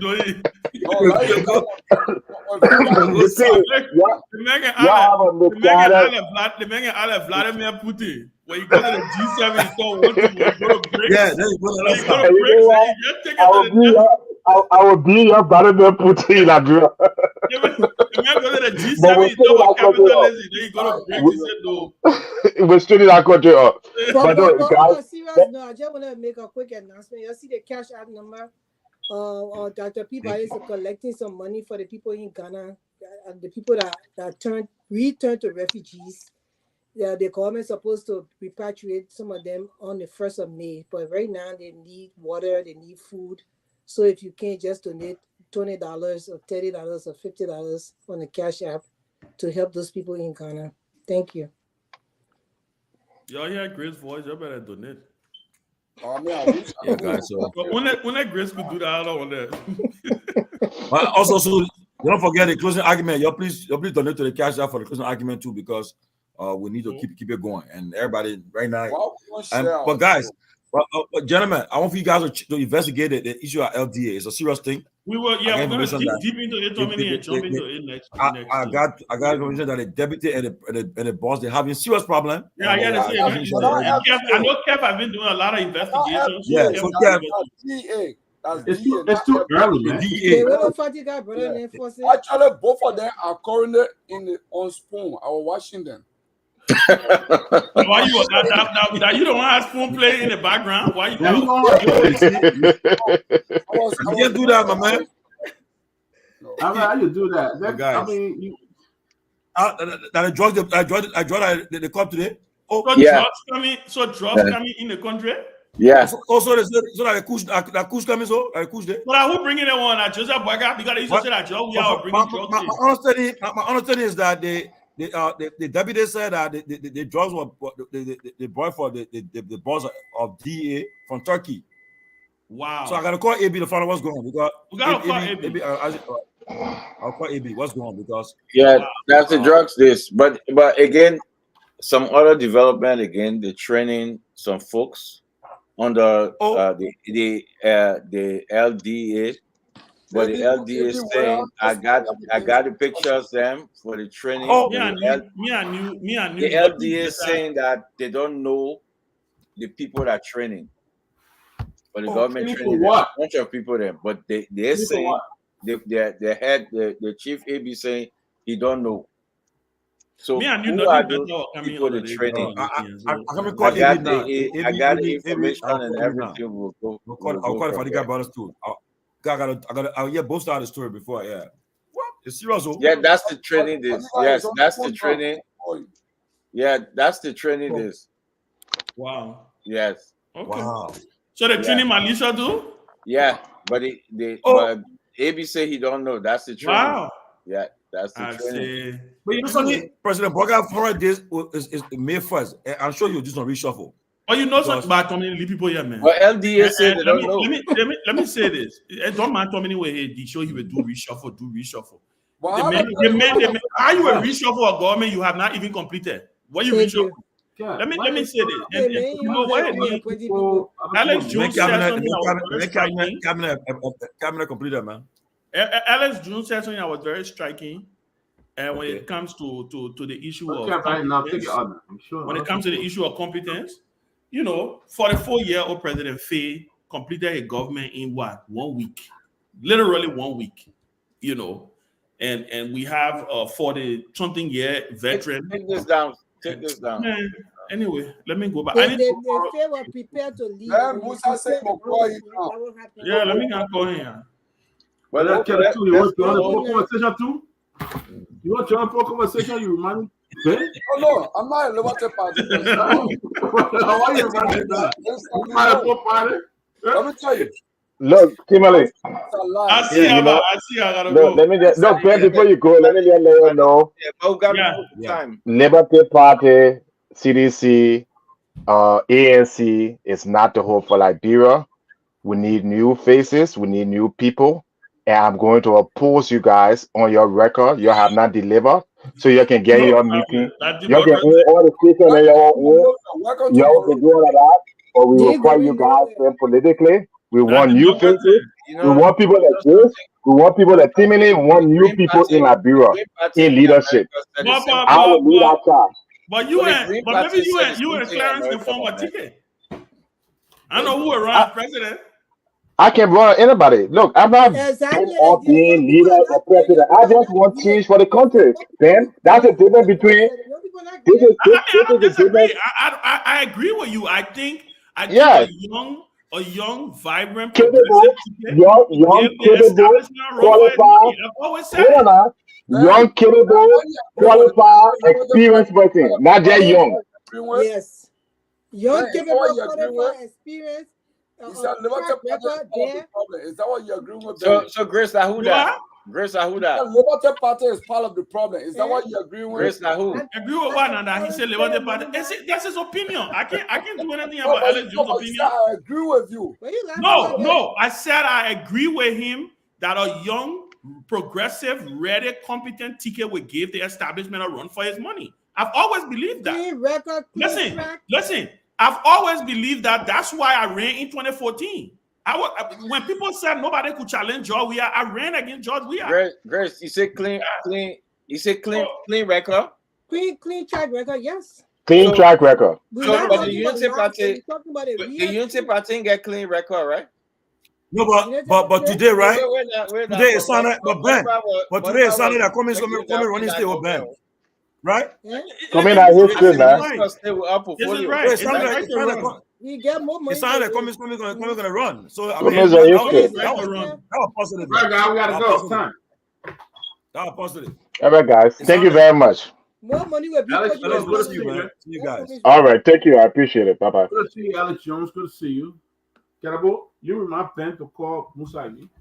I'll see you, Kerabo. My son, I gotta come on a political leader too. Our new leader coming. Our new leader, call him. The body was John. Our party, they call our party the last 10. Yeah. I joined the last 10. John party, they call it the last 10. Well, Henry, I take over now. I think Henry took over. I think the last 10. Our party, the last 10. All right, guys. You have a good night. Hold it down, buddy. Hold it down. It's on the back, though. Eh? I see the chairman stay in the back. The chairman stay there? Yeah. Actual factual, is it the last thing? All right, guys, hold it down. Okay. Somebody. Yeah. What's up, man? After the show. Okay, bro. All right. Bye, Henry.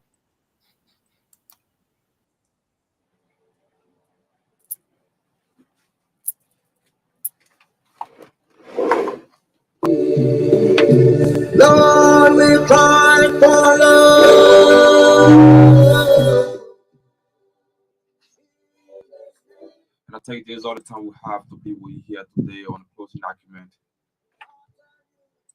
Time exactly 28 minutes down up to 1 o'clock. That's been informative, educative. Get a closing document. Many thanks to the team that held up here on the 7.9. That's you, the man. Zizi Bara. The team there at 2F96.9 there in Nima County, Saka PA.